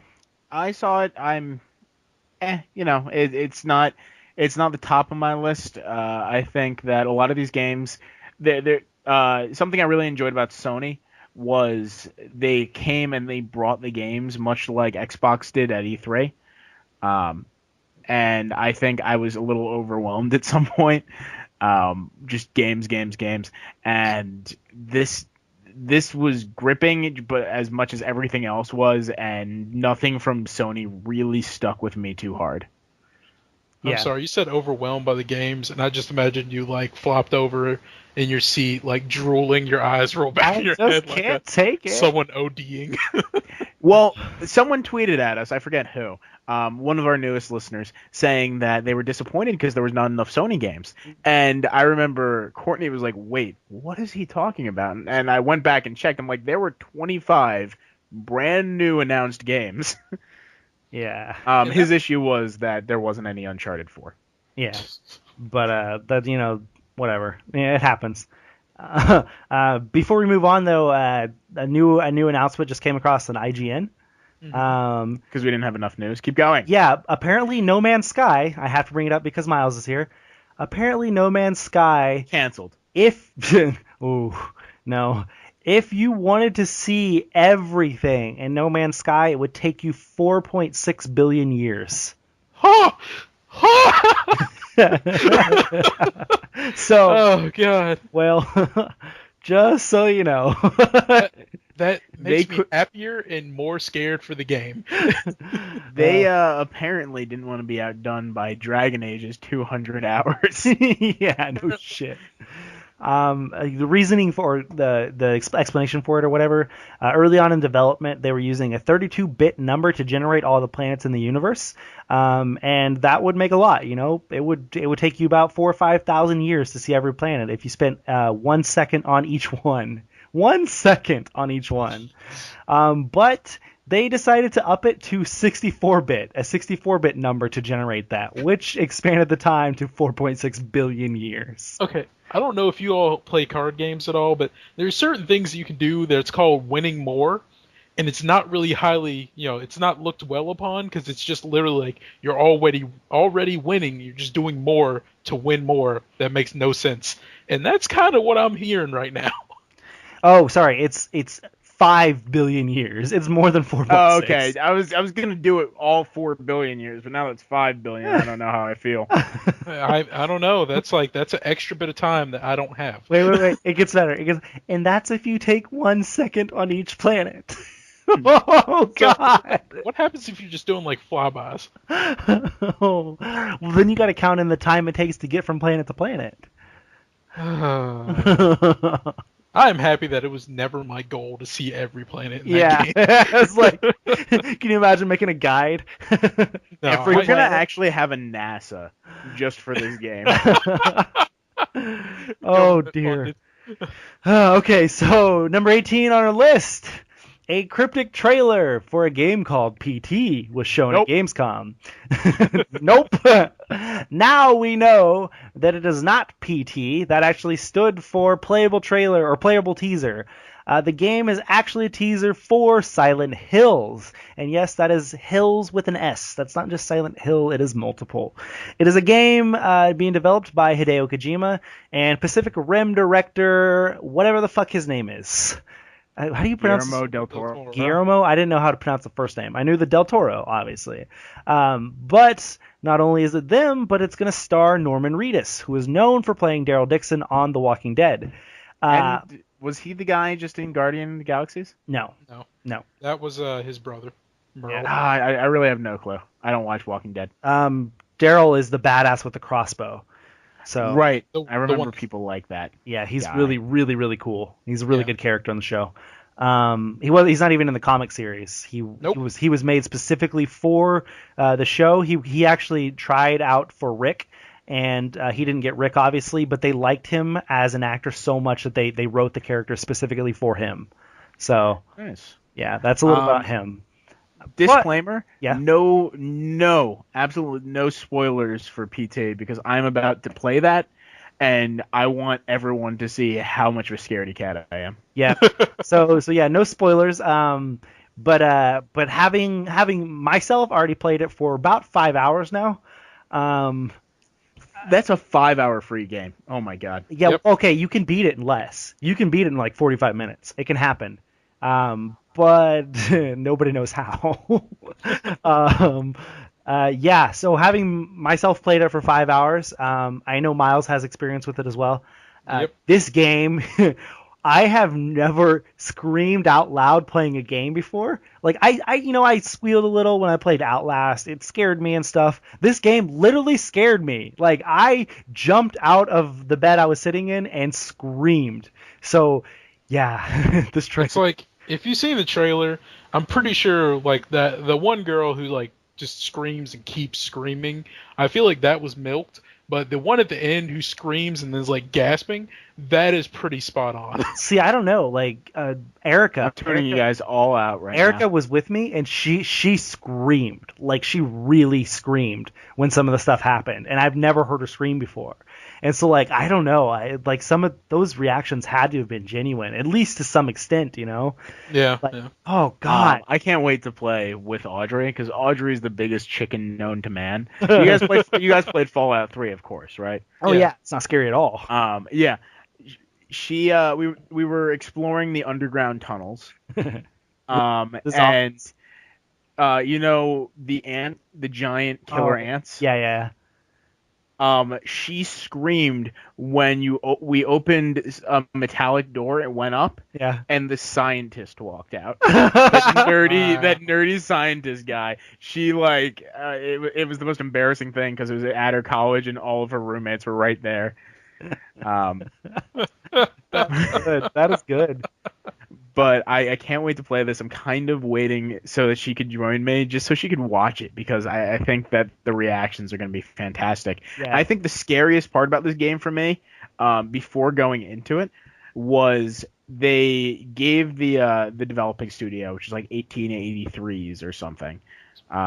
Which is just a code name. That's a code name, Yeah, I believe. yeah, it's a code name. Or a pseudonym. Right. Go on. And I went to go look into the history of the game, because I do that with all the developers, because we have to list everything and find out what they've done. And there was nothing on them.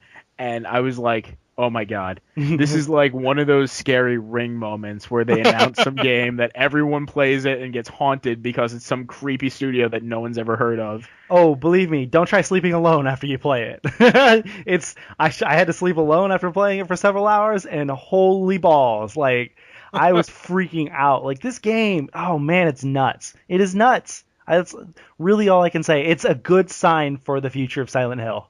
That is what it is. Oh fuck. It's just, I don't know. If you haven't played it and you're scared of games, like, you gotta play it. Okay, you're gonna record this, aren't you, Lou? Oh, I'm gonna record it. Yeah, good. Because I can't wait to see your reaction, and whoever. I don't know if I'll do it with an audience necessarily. Yeah. People, I guess I could disable chat, but I don't want people telling me what to do, even though I probably need people to tell me what to do. Yeah, you'll need some. There's no way you'll figure it out by yourself. I mean, you can, obviously, if you spend a lot of time trying to do it, but even after playing it for an hour, I still didn't pick up on one of the main things you had to do. Like, and it was one of the most obvious later when I was like, oh, well, wow. I've been playing for this long now, and I had no idea that was what I was doing. So you may end up needing to look up some stuff. Okay. So, moving on. The Vanishing of Ethan Carter is officially coming to PlayStation 4. It is a first-person exploration game on which you will solve a town's mysteries and the vanishing of a little boy. This is a pure murder mystery, and there will be no combat of any kind. You'll explore the world and find clues into the disappearance of Ethan Carter.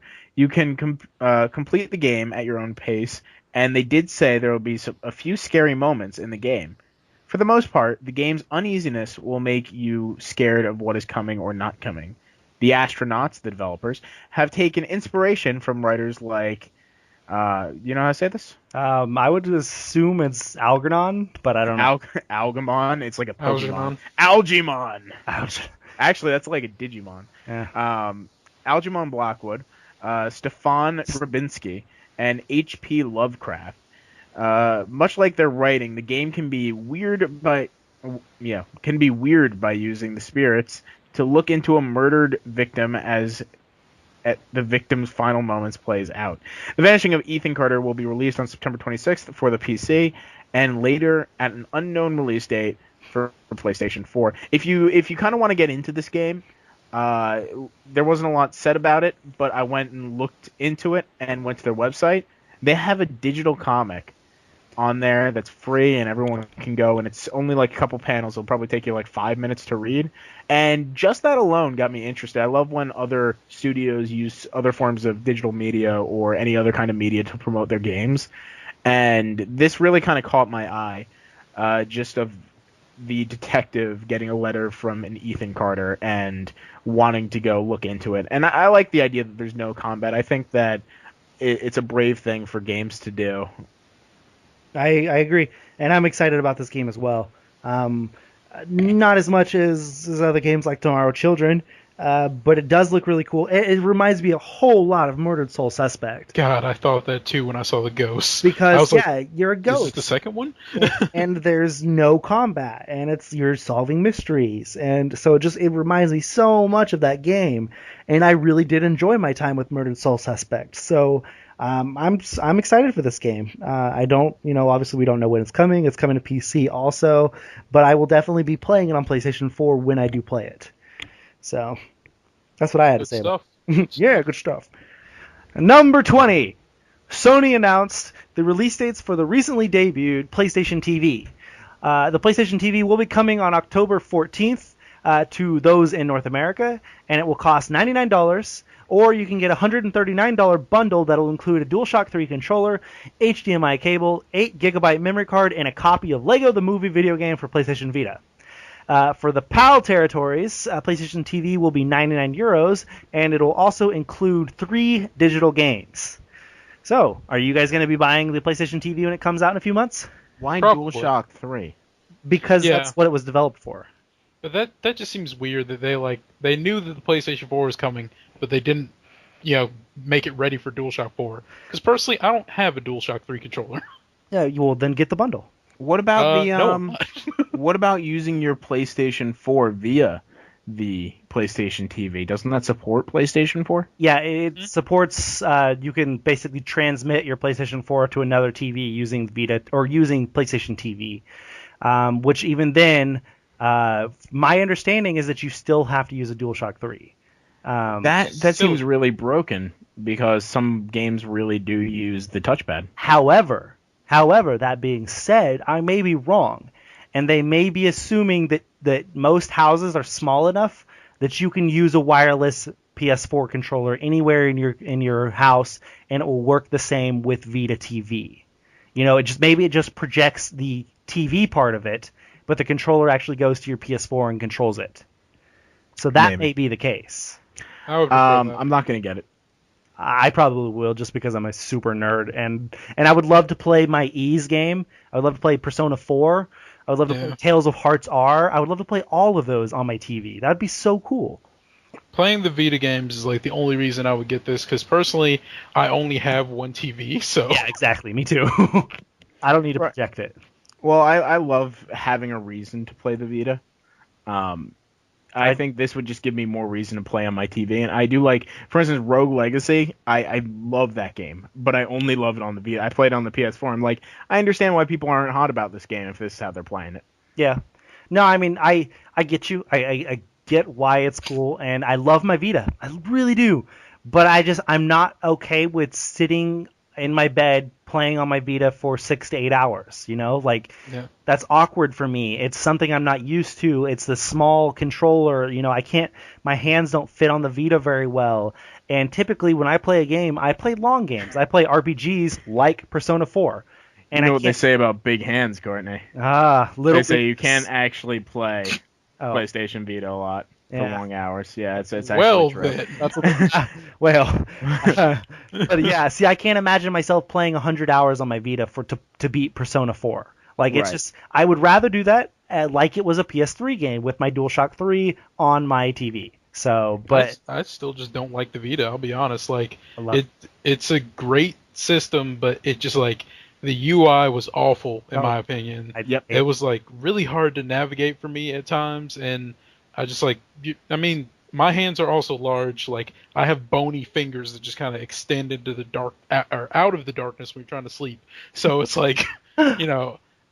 holding handhelds it just hurts me after a little while. Yep, I'm the same way. It's handhelds I'm really, really awkward with because my hands are too big. It's hard to hold them and for it to be comfortable.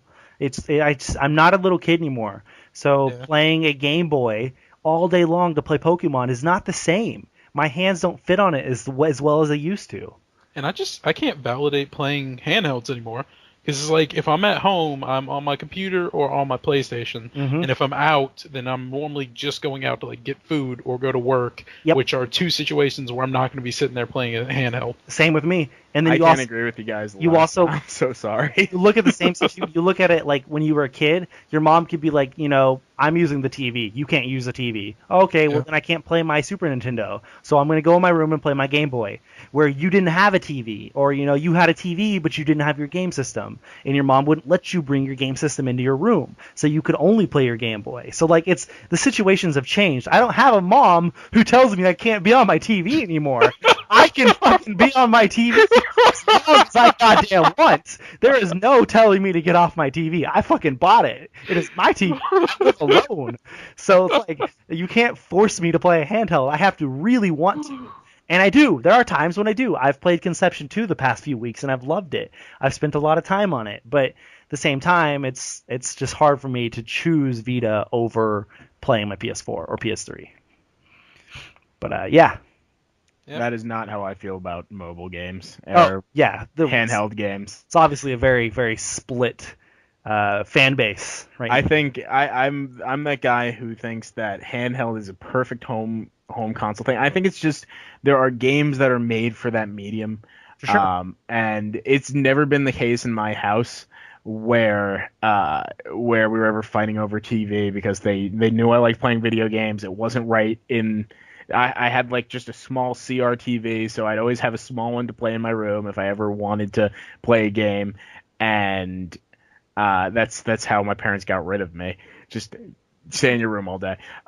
And I would still pour hours into games like Pokemon, even with everything around me, because I think there are just some games that fit on handheld consoles, and maybe they're more tailored nowadays, because I think there are games where I could go out and just play for a couple of hours or minutes depending on the situation, but I don't know. I'm a big fan of handheld games, and I hope they never go away. Now, you see, you're obviously putting words in our mouths by saying some of that stuff, because we never said that we wanted them to die. No, I know you guys don't. And both both Miles and I are huge Pokemon fans. Yes, like that is an still to this exception. day the only game that I have bought in my timeline for 3DSs or DSs, Yep. whichever. And every time it has been linked to my want to play a Pokemon game. Yep. So See, next week when I get my refund check, the first thing I'm buying is a 3DS. Only reason? I would Pokemon X and Y and Pokemon Sapphire. When it I comes would to- reconsider. And that's because I have a reason why you should reconsider. It's News Story 27, and we'll get to it. okay. I don't want that one, but still. Anyway, moving on. Let's get yeah. off this topic. Yep.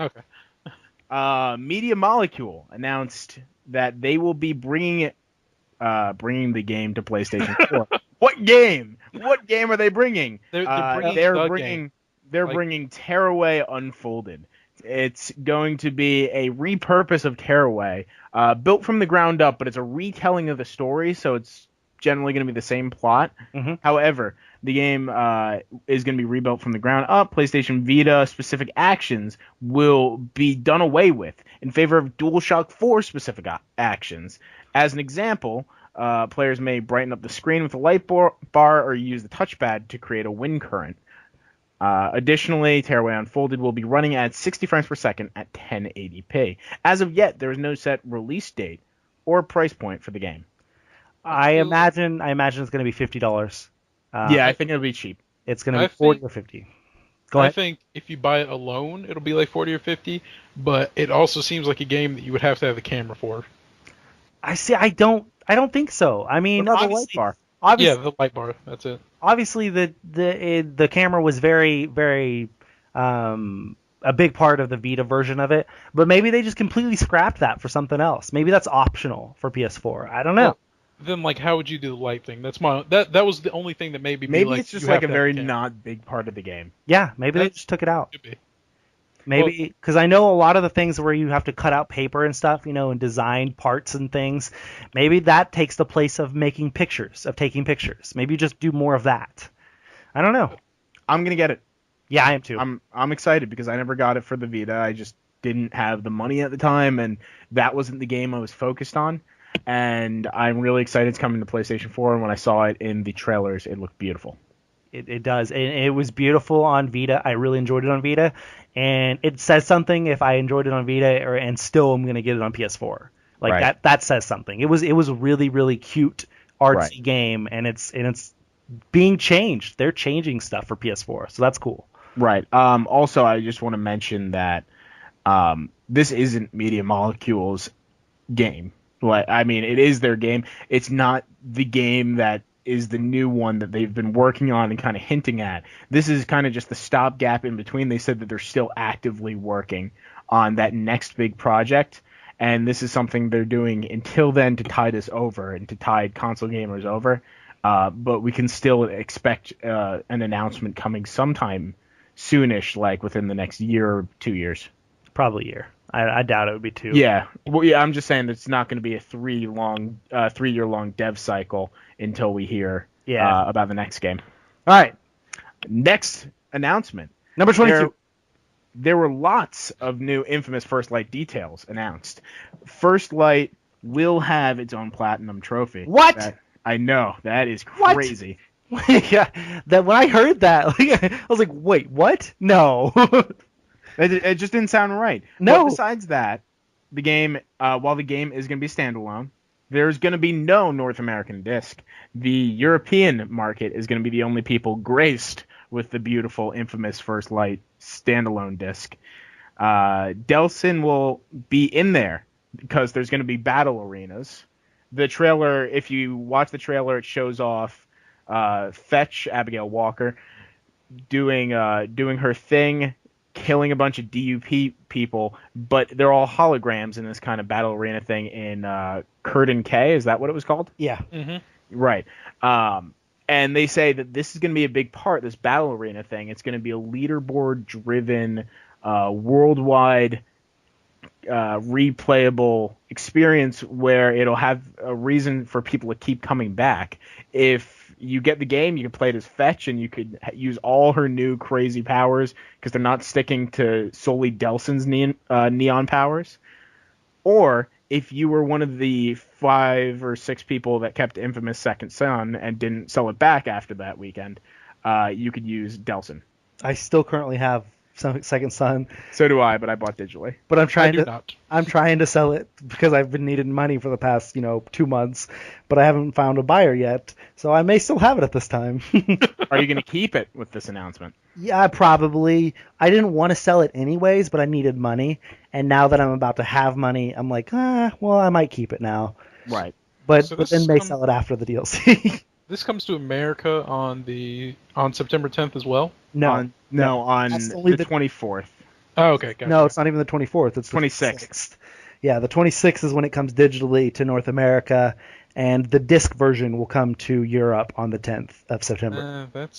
I don't know, guys. That's still in my Destiny window. We're 2 weeks away. You'll have 2 weeks to play that game. And It's only a 5-hour game. Yeah, it's only a 5-hour game, and it's not full price. It's $15. I don't care. And as a platinum for I don't care. $15 as a platinum. Nothing you have said makes me care. Actually, there's been speculation about whether or not it's $15 or $19 because there's different prices at different stores. That's crazy, isn't it? Right. Well, isn't it open for pre-order Yeah, on Sony Entertainment? yeah, and I think that's $19 on the PSN store, but at like GameStop and stuff, I think it says $15, or maybe it's vice versa. But one or the other, it's Checking right now. It's opposite. Which one are you checking? I'll check the other. I'm checking on the Sony Entertainment. Okay, Sony Entertainment. I'm It's on $15 $15 on on Sony. Sony. On GameStop, it's now 15. They dropped it. Good. Because I know there for a while everyone was like, "What the fuck? Why would you charge it different?" I'm excited. Destiny doesn't come out till 2 weeks after. Wait. Oh, Yeah. It comes out the 26th of this month. Yeah, it comes out in 2 weeks. Okay, I saw the September 10th, and I was like, I know that's not when it comes out here, but I was like, oh, that means that they're just getting it early. My bad. Oh, yeah, sorry. We didn't clarify. It's in 2 weeks from now. 2 weeks from now, the 26th this month it comes out. You'll have 2 weeks to play it before Destiny. That's still All my right. Destiny time. Actually, 3 weeks to play it before Destiny. All right. I got to prepare my body for Destiny. Two full weeks. Now, the last of the Sony news. The last Sony story. Paradox Interactive and Paradox Development Studios revealed their upcoming role-playing game called Rune Master, and it will be for PlayStation 4. Rune Master is a fantasy role-playing game set in a Norse mythology world. The game will throw players into a chaotic world where the fate of the universe is getting more and more bleak. Players will have the ability to try and prevent cataclysmic occurrences or bring them further into fruition. The game will also contain 6 worlds, 6 races, with male and female choices, and randomly unique quests for the races within each world. The PlayStation blog emphasizes replayability as a focal point, since you will experience the game radically different based on the race and world you choose. Aside from quests, players will have to prepare their armies for battles against enemy troops, giants, and elements around them, such as a wildfire. Paradox announced that this game will be coming to PlayStation 4 and PC in 2015. Based on the little I've seen actually about it, it looks really nice. It looks really cool. I read that it was a turn-based battle system, but I'm not 100% certain. I can't say that's exactly right, but that's what I read. I don't know. Did you guys see the screenshots? No. It looked unappealing to me. Looked unappealing to you. I saw like nothing. It just doesn't look like my type of game. You guys, I'm gonna send you a link, and you will know it's for you. I don't know how I feel about that. Yeah, you're like, wait, what? Oh, Courtney, that's a picture of your penis. Dead! I didn't open it. I did not get the dick message. Tricked you, sons. No, just kidding. We are kidding, of course. Yeah, I actually didn't send anything to them yet. Here, click that link right there. I just put it underneath the story. It's in red. Go to that. Look at the little bitty pictures. It looks kind of PC-ish. Obviously, the pictures do, but it looks really beautiful. It's an RPG set in Norse world, kind of like Civilization in a way. But not making me like it. Incorrect. What? Not making me like it more. Yeah. Well, whatever. All right. So all the same, that's it for the Sony announcements. What was not announced at Sony was, like you said earlier, Media Molecule's new game, or Gorilla's new game. There's a question about that, so let's interesting. Push that off. We have a few more announcements that we decided to add in here that were not a part of either of those conferences. Obviously, we're not going to talk about every single other announcement because there are, another 50 or 60 we could talk about. But there are 4 more that we're going to wrap this up with. So, Miles, start us off. So, BioWare's mysterious project, the one that features Smokey Face, Flamin' Asian, Electric Sparky Black Man, and It's Not My Fault Girl, has finally been revealed, and it has a name, and it showed gameplay. My prediction was right. Just want to say that. It's called Shadow Realms. Shadow Realms is going to be one of those lopsided multiplayer games, so that's like Evolve, and if anyone played it, Giant Citizens Kabuto. That's like way back there, though. It's going to be a story-driven action RPG. The game will feature 4 players playing against the 5th player, who is going to be controlling the... what was the guy's name? I think it was the Shadow Lord. They'll be playing as that guy, who is going to be an Maleficent. God... that word just replaced the word I was actually looking to use. But malevolent, there we go, is going to be a malevolent enemy, and he's going to control all of the enemies. And due to the co-op nature of the game, no 2 battles will be the same, of course, because sometimes Jack might die, sometimes Jill might die, who knows. The story is about people from around the world who have awoken a new power, and they'll be known as modern heroes of Earth. They'll have to battle against the evil force, which is known as the Shadow Legions, which is everyone that the Shadow Lord controls. It's going to be episodic, much like the Walking Dead, and BioWare promises that new episodes will be released regularly. Some of the key features BioWare is promising is beyond the episodic structure. Will be that you'll be able to make choices in each episode. Each episode will end in a cliffhanger, much like a TV show. It'll have a modern fantasy feel, which is if anyone's played it, it's much like it reminds me a lot of the Secret World, which was an MMO put out by Funcom 2 years ago, I think. On top of that, there will be a whole lot of character customization. You'll be traveling across the world, like you'll be in Paris and the Shadow Legion's home of Embra, which is the Shadow Realm. Okay. You can build traps. You can change the environment and all that good stuff. There's not a release date yet. Shadow Realms is going to be on the PC. For in the meantime, BioWare is letting us sign up for the closed alpha, which is, go do that. Free gaming, right? Mm-hmm. So, yeah. So, after all of that, I would like to point out that Of course you were right on your prediction, because every trailer ended with the date of Gamescom. It was absolutely going to be announced. It said, I never noticed. it said Cologne this, so it was. They told you it was coming. 8/13/14, Cologne, Germany. Every single time. Why did you say that in our prediction cast? Because I was not paying attention to that. I thought it was one of your funny ones. You're like, No, of course it's coming. No, I think there's going to be video games there. I watch the trailers up until the point where the words come up, and then I'm pretty much done. Okay. Well, yeah. All right. Anyways, I don't know. I'm not too excited for it because it's on PC. But at the same time, it looks cool. It looks like it would be a cool game. I'm sure it's going to be a hit. It's PC gamers love this kind of stuff, and the 4v1 thing seems to be picking up more lately. Yeah. And so BioWare's making it. That's another thing. It's BioWare. So I'm like not even on the fence about this. I'm like at this point I'm melded and contorted around the fence about this. I don't know how to feel because I used to work for Funcom and I spent a lot of time with Secret World, and if it reminds me too much of that game, I'm not going to want to play it.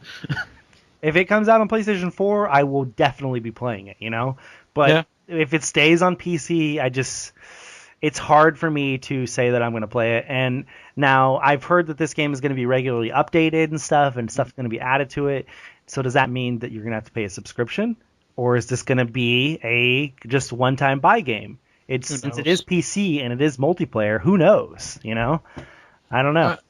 I don't know. When we were speculating about it, and it was like I don't remember who said it, but when it was like Superheroes Dragon Age, that was me. I said that. We both, but we agreed on that one. Yeah. When I thought it was that, I was hyped for it. So it was like it might not even be this remotely, but I've just said this and I'm excited for it now. And now that I've actually seen it, and I know what it's going to be like. It's like I have Evolve for that. I don't really need this to fill that spot. Yeah, so. I mean, they're different types of games, obviously, because this game will be more horror as Evolve will. Evolve will probably scare the shit out of us sometimes when you're like, oh my god, run from the giant Kraken!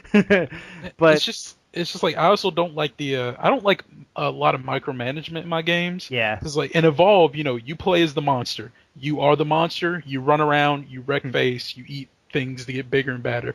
In this game, I would never want to be playing as the enemy, because I would fail so hard because I'm not good at like moving around my soldiers and telling them where to go and jumping into the body of one of that's what I would do, because you can jump into the body if you're playing as the Shadow Lord. I would do that and just like keep losing soldiers because that would be my only tactic. Yeah. Now off topic again, but another thing I just noticed, Hideo Kojima actually tweeted out 3 hours ago saying that PT is not a demo of Silent Hills. It is a playable teaser for Silent Hills. So it's actually not part of the game. It has nothing. It's not in the game at all. It's just a teaser to get you excited for what the kind of stuff that could be in it. That makes a few of my friends very happy. Yeah, that's cool. That's no more talking about it because I don't want to ruin Lou. Please. But okay, so next on the story, or Lou, do you have anything to say about? No, I don't. I really. We all signed up, right? For the. I signed up. I can't play it if it comes to me because I have a Mac. Yeah. Wait, why did you sign up then? He can give away the code. No. Oh yeah. Because it'll be linked to my Origin. Yeah, it's true. Why did you? I don't know. I also got into the Drive Club, I think, or not Drive Club, whatever the Origin driving game is. The Crew. The Crew. Yeah, I mean, that's fine. That was a bad game. Number 25. According to 4J Studios Twitter account, Minecraft for PlayStation 4 is finished and is waiting on testing and approval from Sony.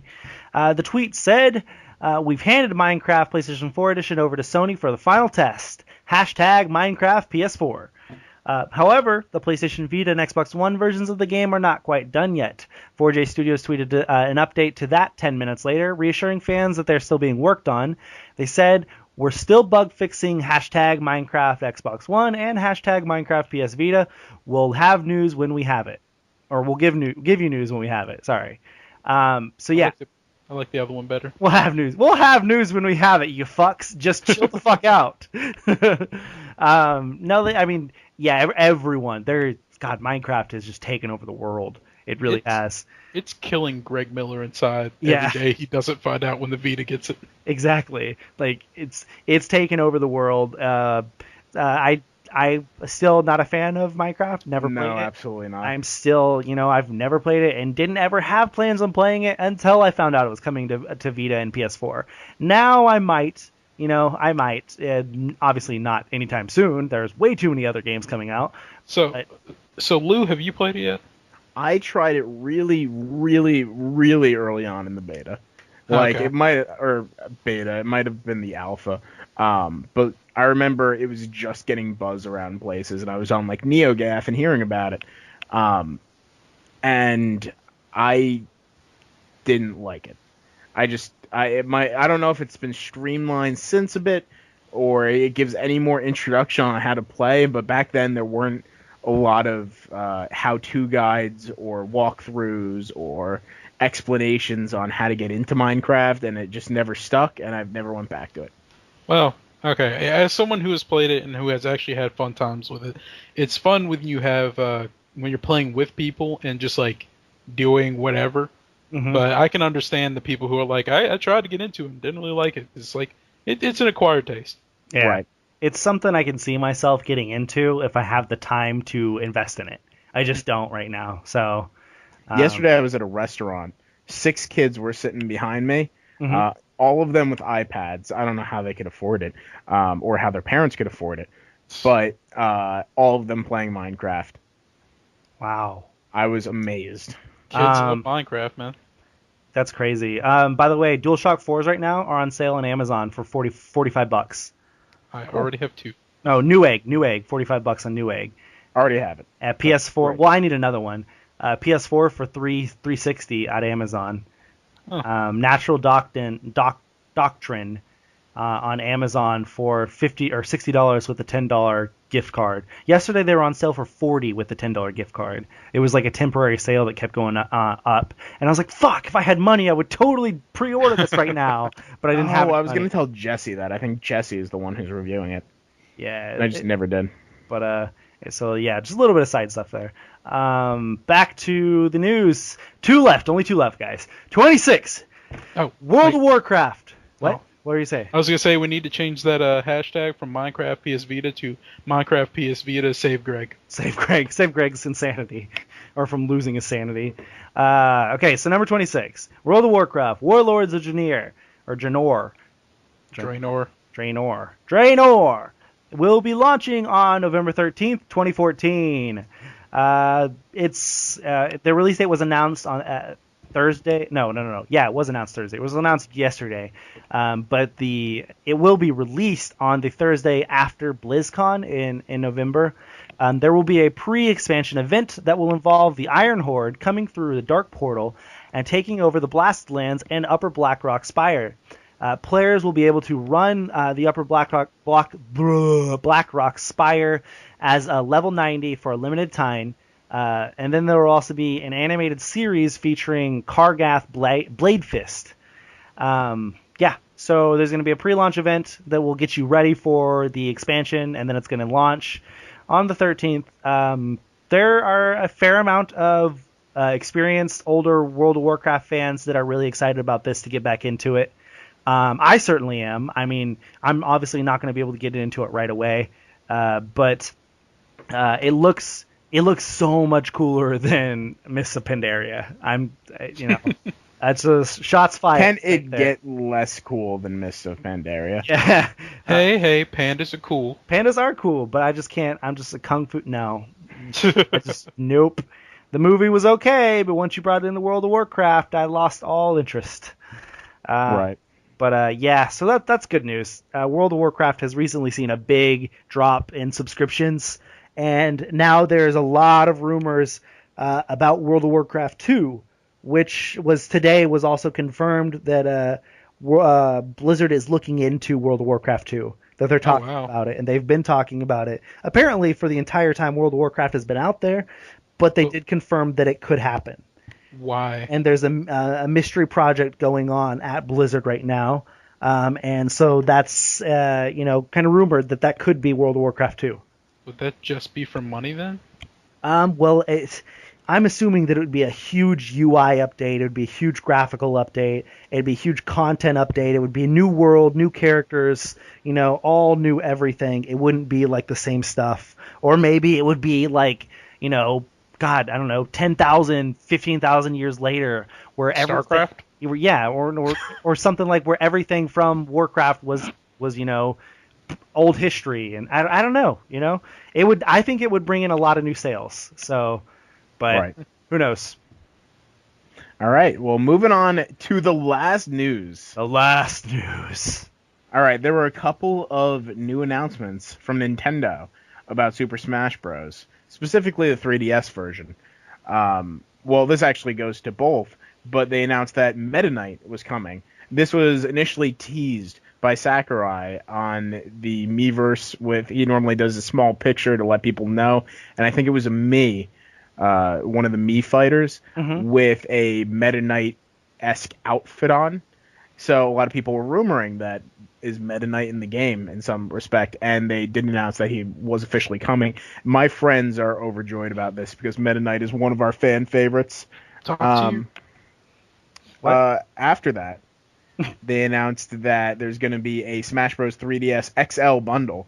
We don't know yet if it's just European or if it's the EU and North America markets, but it's a red 3DS XL with a decal on it with all the Smash people, and then it comes with a copy of the 3DS game. It's going to be coming out at launch for those who are picking up a 3DS for the first time or want to upgrade to the XL or just upgrade to this new model. It looks badass in my opinion. Yeah, if you'll remember earlier in the podcast, Lou was like, "Well, I might have one for you" or whatever. He was referring to this. This is the Vita, or not Vita, the 3DS that I should be buying. This is the one you were referring to. It's, however, not the one I want. I want a cheap one, I don't need a brand new one. Are you going to go for the XL or are you going to go for the normal? I'm going to get 130 refurbished XL. Okay, that's good. From Nintendo, not from anywhere else. From Nintendo, their refurbished one. So. Right. Additionally, there were 3 new modes announced. And, of course, you could go check out the Smash Bros. Website to see them. Nothing all that interesting. They had the normal classic battle mode where you have different branching paths and you get to fight different people, sometimes 1-on-1, sometimes 3-on-1, team battles. They're switching it up. Another one they have is a balance scale sort of mode where you go to win gold, and you could set the opposite fighter, the CPU fighter, up at difficulty levels, the more difficult it is.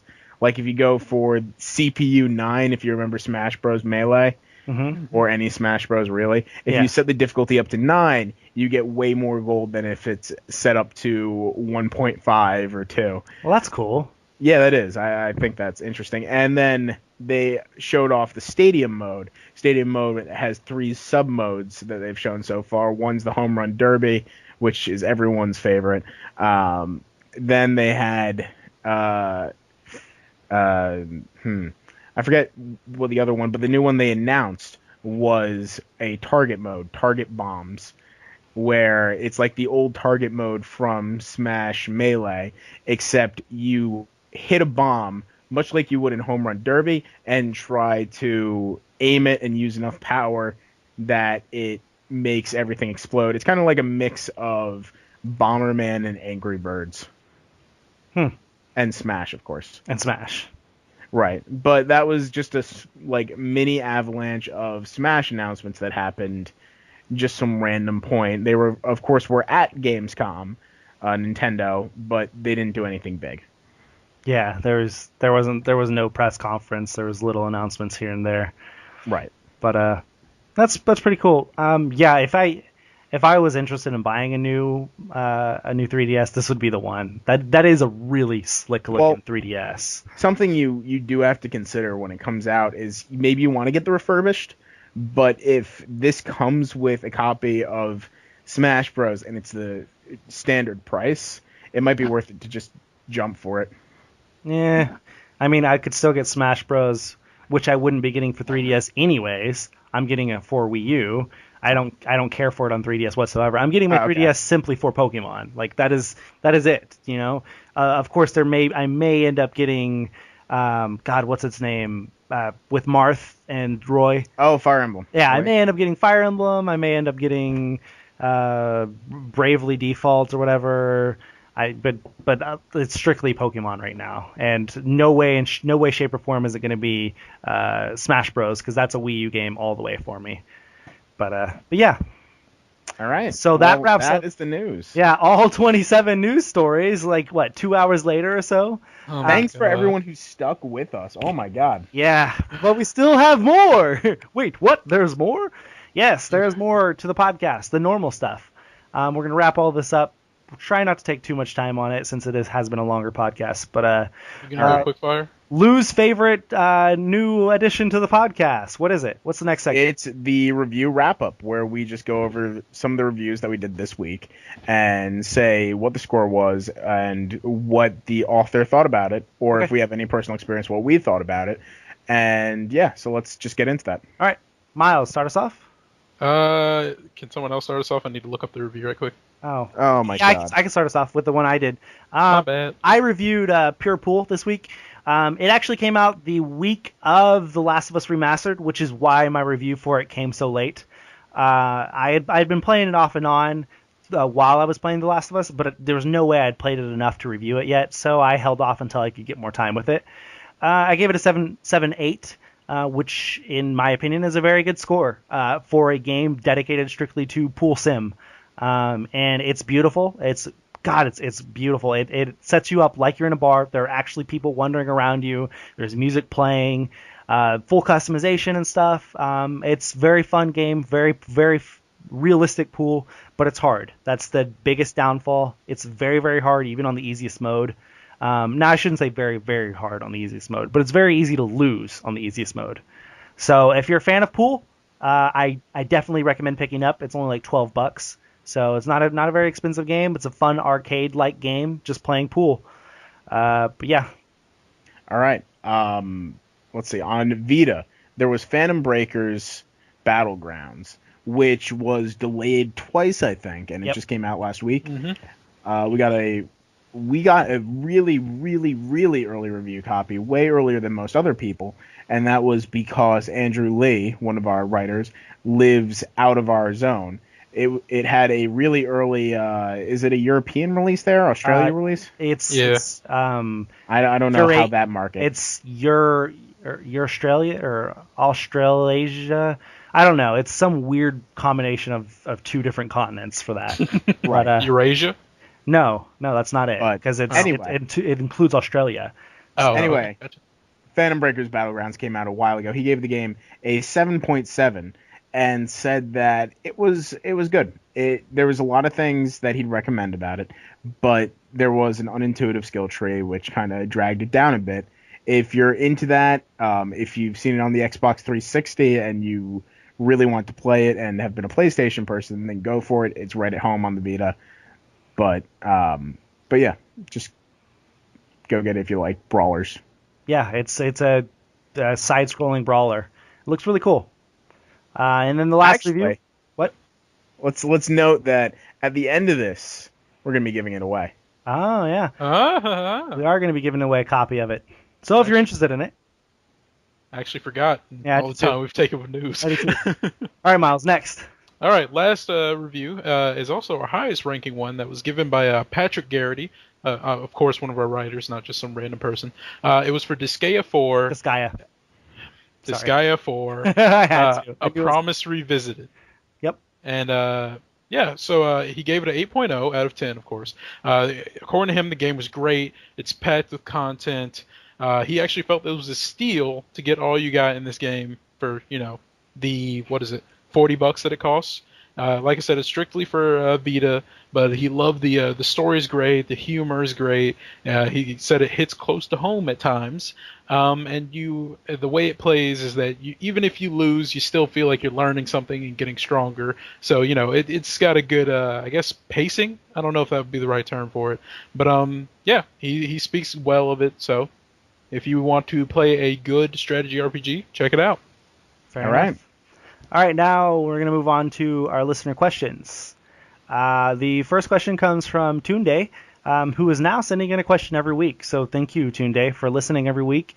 In fact, I tweeted out yesterday, I believe, that our podcast was going to be delayed and that it was going to be a longer podcast than normal. And his reply, my body is ready. I was Tunde. like, oh, yeah. Tunde's Tunde. fan. If you're Let's say listening this far, each email, you don't have to remind us that your name is pronounced Tunde. We know permanently from now on. Yeah, we have. Well, in fact, we have the pronunciation part copy and pasted into our doc every week, so it's going to be there because we know you send us a question every week. So we just copy your question into it now. So just send us a question, man. Maybe it's like a pimp name slip back for him. Maybe it's a middle name. Maybe we've just been leaving it out. It's Tunde, pronounced Tunde. Yeah. But I just want to say, Tunde, you've taken a very special place in my heart that was for Jake Kyle, but he hasn't sent us questions in a while. No, I think... Jake's been moving. Oh. Yeah, Yeah, he's I think his never- brother or someone related to him maybe sent us an application. Yeah, we did have a Kyle apply to us. Yeah, we've been saying Keel. God, Kyle. you just said Keel, didn't you? No, I said Kyle. Not you. Miles. I said No, he Kyle. said Kyle. Oh, okay, He good. said it right too. All right. But anyways, yeah. So Tunde's question. He asked, did you watch the Call of Duty Advanced Warfare multiplayer event? If so, what did you think about it? Did it change your mind about the game if you were once a naysayer? I wasn't a naysayer. Okay. I was a naysayer about Call of Duty. Yeah, so for the past 2 or 3 years, I've been a naysayer. I have not been a naysayer about Advanced Warfare. I've always been excited about it. And the multiplayer event answered all the questions I had. I was wondering about the exosuit. I didn't know if it was going to be in the multiplayer event or in multiplayer. And it is. And it looks like it's going to be Crysis multiplayer with Call of Duty gameplay. So, I am totally excited. Yeah. For me, I didn't look at it because I'm really excited for this Call of Duty. It will be my first ever Call of Duty. And I think if I go and see more of it, that I wouldn't want to get it. So I'm just following my gut and not watching anything and just going out there. I feel like you're not gonna be disappointed. This one looks really, really good. So, but yeah, Miles, anything? I don't like Call of Duty, period, so. All right. First question from Dennis. He asks, what game surprised you the most at Gamescom? I didn't go in expecting anything, so I wasn't really surprised. Scream Ride. Cop out. How is that a cop-out? Because I don't get surprised. You don't have to expect anything. You have to take something amazing that I loved in the past and bring it back completely new out of the blue, like Crackdown. That surprised me. Well, see, nothing else surprises me. The point I'm making though is that both Lou and I, our surprises are games. We didn't expect them at all. We didn't have expectations for anything, and it's just a brand new little game that we're like, oh, that's kind of cool. That's a surprise. I don't have emotions. Well, okay. Anyways, Lou, you were saying. I was saying Scream Ride. Scream Ride, your biggest surprise. You guys heard me rant about Scream Ride while we were doing the thing. I don't have to say any more about it, but I can't wait for Scream Ride. Yeah, mine still goes back to the Tomorrow Children. That game looks so good. So that's definitely my biggest surprise. However, I could say negative surprise and say that Guerrilla's game wasn't shown. That's actually the last question. We should do that. Yeah. While we're there. Okay. The last question Dennis asked is, what game are you disappointed with that wasn't shown at this year's show? And that for me, it's easily Guerrilla's new game. I can't imagine. They've got to be a long ways into it. They just don't feel comfortable showing it. But it's supposedly an RPG, open world fantasy like RPG, and God, I want to see it. They'll probably be at TGS. No. If it wasn't at Gamescom, it would not be a TGS. Yeah, they wouldn't release it at a Japanese show. Why not? It'll be at its own reveal, or it'll be at E3 next year. That's it. There's the only way. Hey, I heard you say fantasy RPG. That seems like Japan all the way. It's not Final Fantasy. They like Japanese fantasy RPG. Yeah. We'll see. They're not a big fan of Western things. You're right. Listeners, mark my words. It'll be at TGS. All right. Anyway. Prediction. Write it down. Miles, what was your biggest disappointment that wasn't shown? Just so I don't get railed on again, I'm just gonna say that was it Last Guardian wasn't there. Yeah, that's still a big disappointment. I Though wasn't they actually did disappointed. guarantee it was coming sometime. Do we have a story about that? I think we just wrote a story about that. We have a story that it's not going to be at TGS. Oh, okay. Yep. All right. Story. It's it is still in development, confirmed by Shuhei Yoshida, but it is not going to be at TGS. They don't feel comfortable showing it off yet. It's not where they want it to be, and they said that they will show it off when they're ready. All right. I think it's funny how they're going like the direct opposite way that people want them to. It's like, oh, they're making an announcement. Is it going to be at TGS? We want to tell you all, it's not going to be there. Yeah. It's like we would have just kept on assuming it wasn't if you hadn't said it. Yeah. All right. For me, I was the person who predicted that it was going to be that the Guerrilla game was going to be there, but that's not my most disappointing game not to see. I really was hoping to finally see the Doom trailer, the one that everyone's been talking about. Yeah, but they came out and said that it won't be shown until 2015. I know, but I want it so badly. Give it to me. Please, give it to me. Just show us. You have it, Courtney. I know you do. Oh, whoa. Where is it? Where is it? No, I don't. Yeah, that's one I'm really excited to see too. I didn't expect it to be there, obviously, since I said it was 2015. But it'll be exciting. I've heard a lot of really good things about it so far. Right. Okay, so another question from Dennis. Yes, do you think we will still get to see some games that are still unannounced for this fall that'll take you completely off guard? Indie games. Oh. Yeah, indie games, and that's it. And of those indie games, it's going to be some of the 88 games we didn't get to see from Microsoft's 100 games, or it's going to be one of Sony's games that they didn't actually show, but they said that they had. You know, like there's no more AAA games coming out this year that we don't know about yet. I wouldn't be surprised if there's a big Nintendo game around the corner.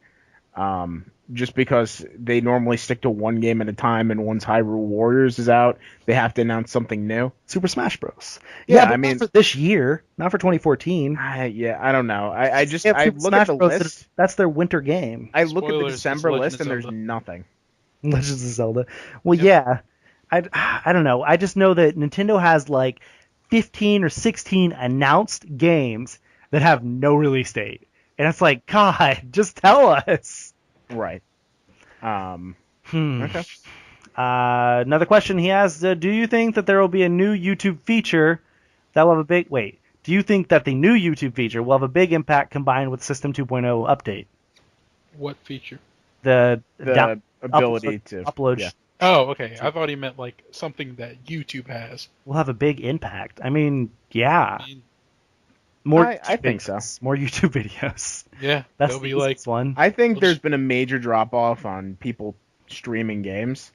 Streaming? And just What? on Twitch. Are you no. crazy? Oh, Well, or do you compared, Twitch has been tenfold and like getting bigger and bigger every month. It's because of really, it's Yeah. it's Let's Plays that are dying. really. Yeah, Let's Plays they're getting slammed with YouTube claims, ID claims and stuff. And streams have just been skyrocketing. However, in Lou's defense, I can imagine if it drops off some because of that whole thing that YouTube is doing to Twitch now. Yeah.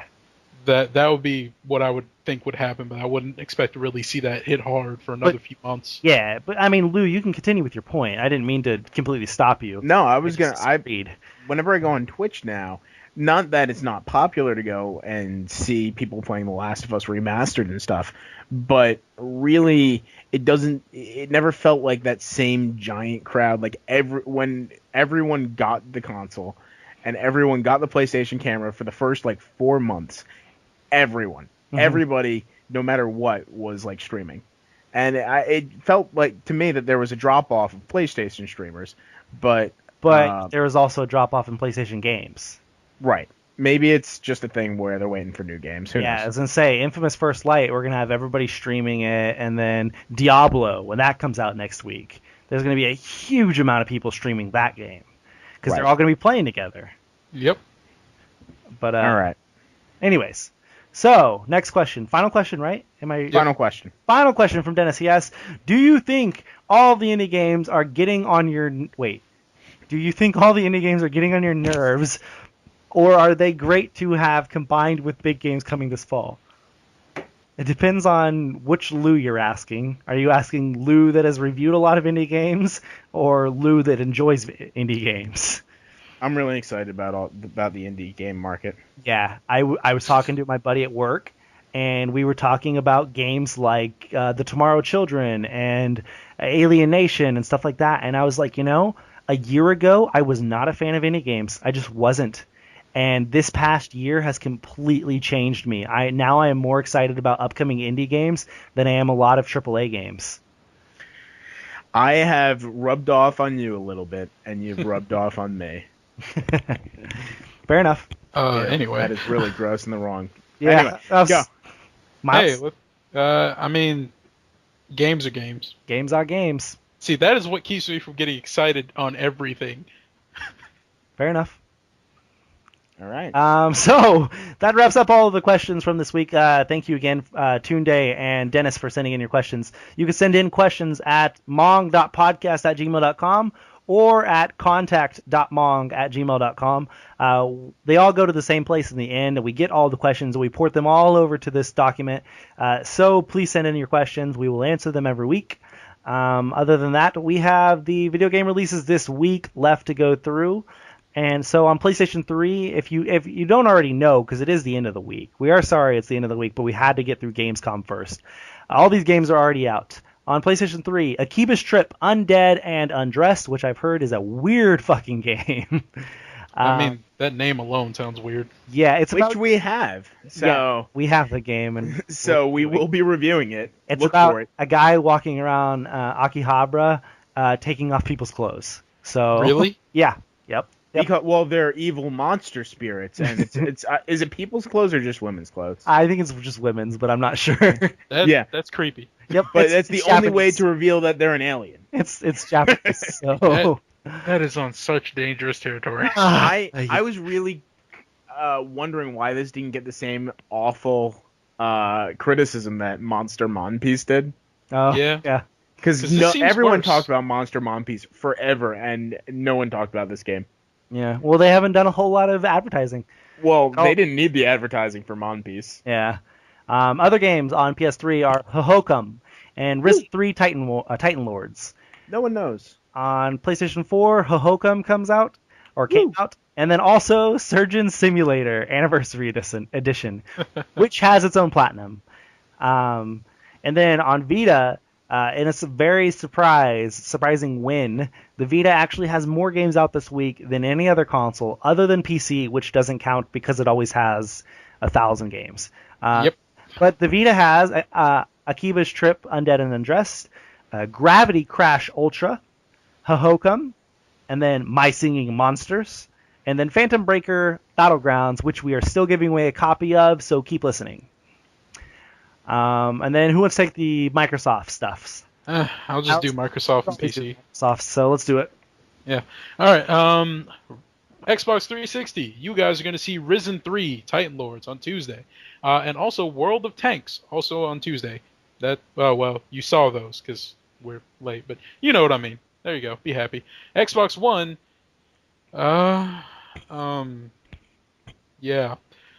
PC. You guys are going to get Hangeki on Monday. Hegemony Rome, The Rise of Caesar on Tuesday. Risen 3 Titan Lords, also Tuesday. Ziggurat, Thursday. Mega Coin Squad, Friday. And Amazing Princess Sarah on Friday. If you couldn't tell with the large sigh, there's nothing out on Xbox One again. Yeah, I figured I didn't need to specify that. So, all right. And for Nintendo consoles, on the Wii U, we're getting Gala Breaker. We already got Gala Breaker. Isn't it Gaia? Gaia? Yeah, I'm not wearing my glasses. Earth Goddess. Gaia Breaker. And we're also getting Soonshine. I heard that as Shoe Shine. Either way, it doesn't necessarily sound like the best game. Yeah. 3DS, you get Hidden Haunts, Gothic Masquerade. Masquerade. All right. Now, Lou, how can they win the copy of Phantom Breaker Battlegrounds? Do you want me to announce it? I feel like you're a little surprised. Did we pick a way? Can it Yes. be Miley? Oh, okay, never mind. Well, I was gonna say hashtag Miley hosts. Okay, so if you want Phantom Breaker Battlegrounds, just email us, mong.podcast@gmail.com or contact.mong@gmail.com. Which Doesn't you need matter to do, which one. Yeah, it doesn't matter which one. But email us a question for next week's podcast. So make it something related to news, something related to something in the industry right now. All you have to do is email one of those email addresses with the question and then make the subject Phantom Breaker Battlegrounds. That's all you have to do, and you are entered in to win it, and we will choose our favorite question. It doesn't matter, all you have to do, send us a question, mong.podcast@gmail.com, or But it's not random. It's not random, no. Yeah. Or contact.mong@gmail.com, and we're going to go ahead. Make it funny, flatter us. I don't know. Whatever you think will make us think that your question is the best question. Yep. You'll get this free game. Come up with the best Also, question. definitely ask us questions. Be cool and send us questions. But if you don't have a Vita, this game is only for Vita. Yes. Keep that in mind. Don't be a jerk and take it from somebody else. And it's North America. So that too. don't claim it if you're in Europe. We're sorry. We can't send it to you unless you have a North American Vita. Sorry, Dennis. Yeah.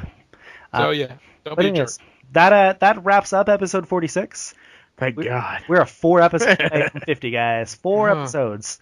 Thank you all for listening to the entire podcast. I have no idea how long it is at this point. It's probably 2.5 hours. Yeah. Something. We record normally on Tuesdays and release on Wednesdays. However, that wasn't the case this week because of Gamescom. You can email us at either of our email addresses, which I've said like 4 times now. You can find us on Twitter at mong.com, all spelled out, mong.com. You can find us on YouTube at Mong Network, and you can find us on Facebook, Tumblr, and Instagram if you search for Middle of Nowhere Gaming. Be sure and check out the website, middleofnowheregaming.com, each week for our latest editorials, news, and reviews. Oh, and you can find us all on Twitter. You can find me at Osborne_2009. You can find Lou at Lou Cantaldi. And you can find Miles at Furious Milk. Furious Milk. So, that wraps up the Gamescom edition. Thank you for joining us, and Mong! Mong! Mong! Oh my god.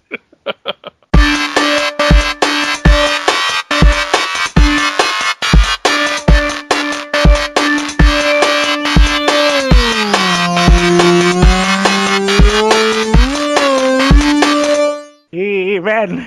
I was like, how'd you not go for I believe in a thing called Love? What was it? It wouldn't be Love. It would be whatever that game you were talking about was.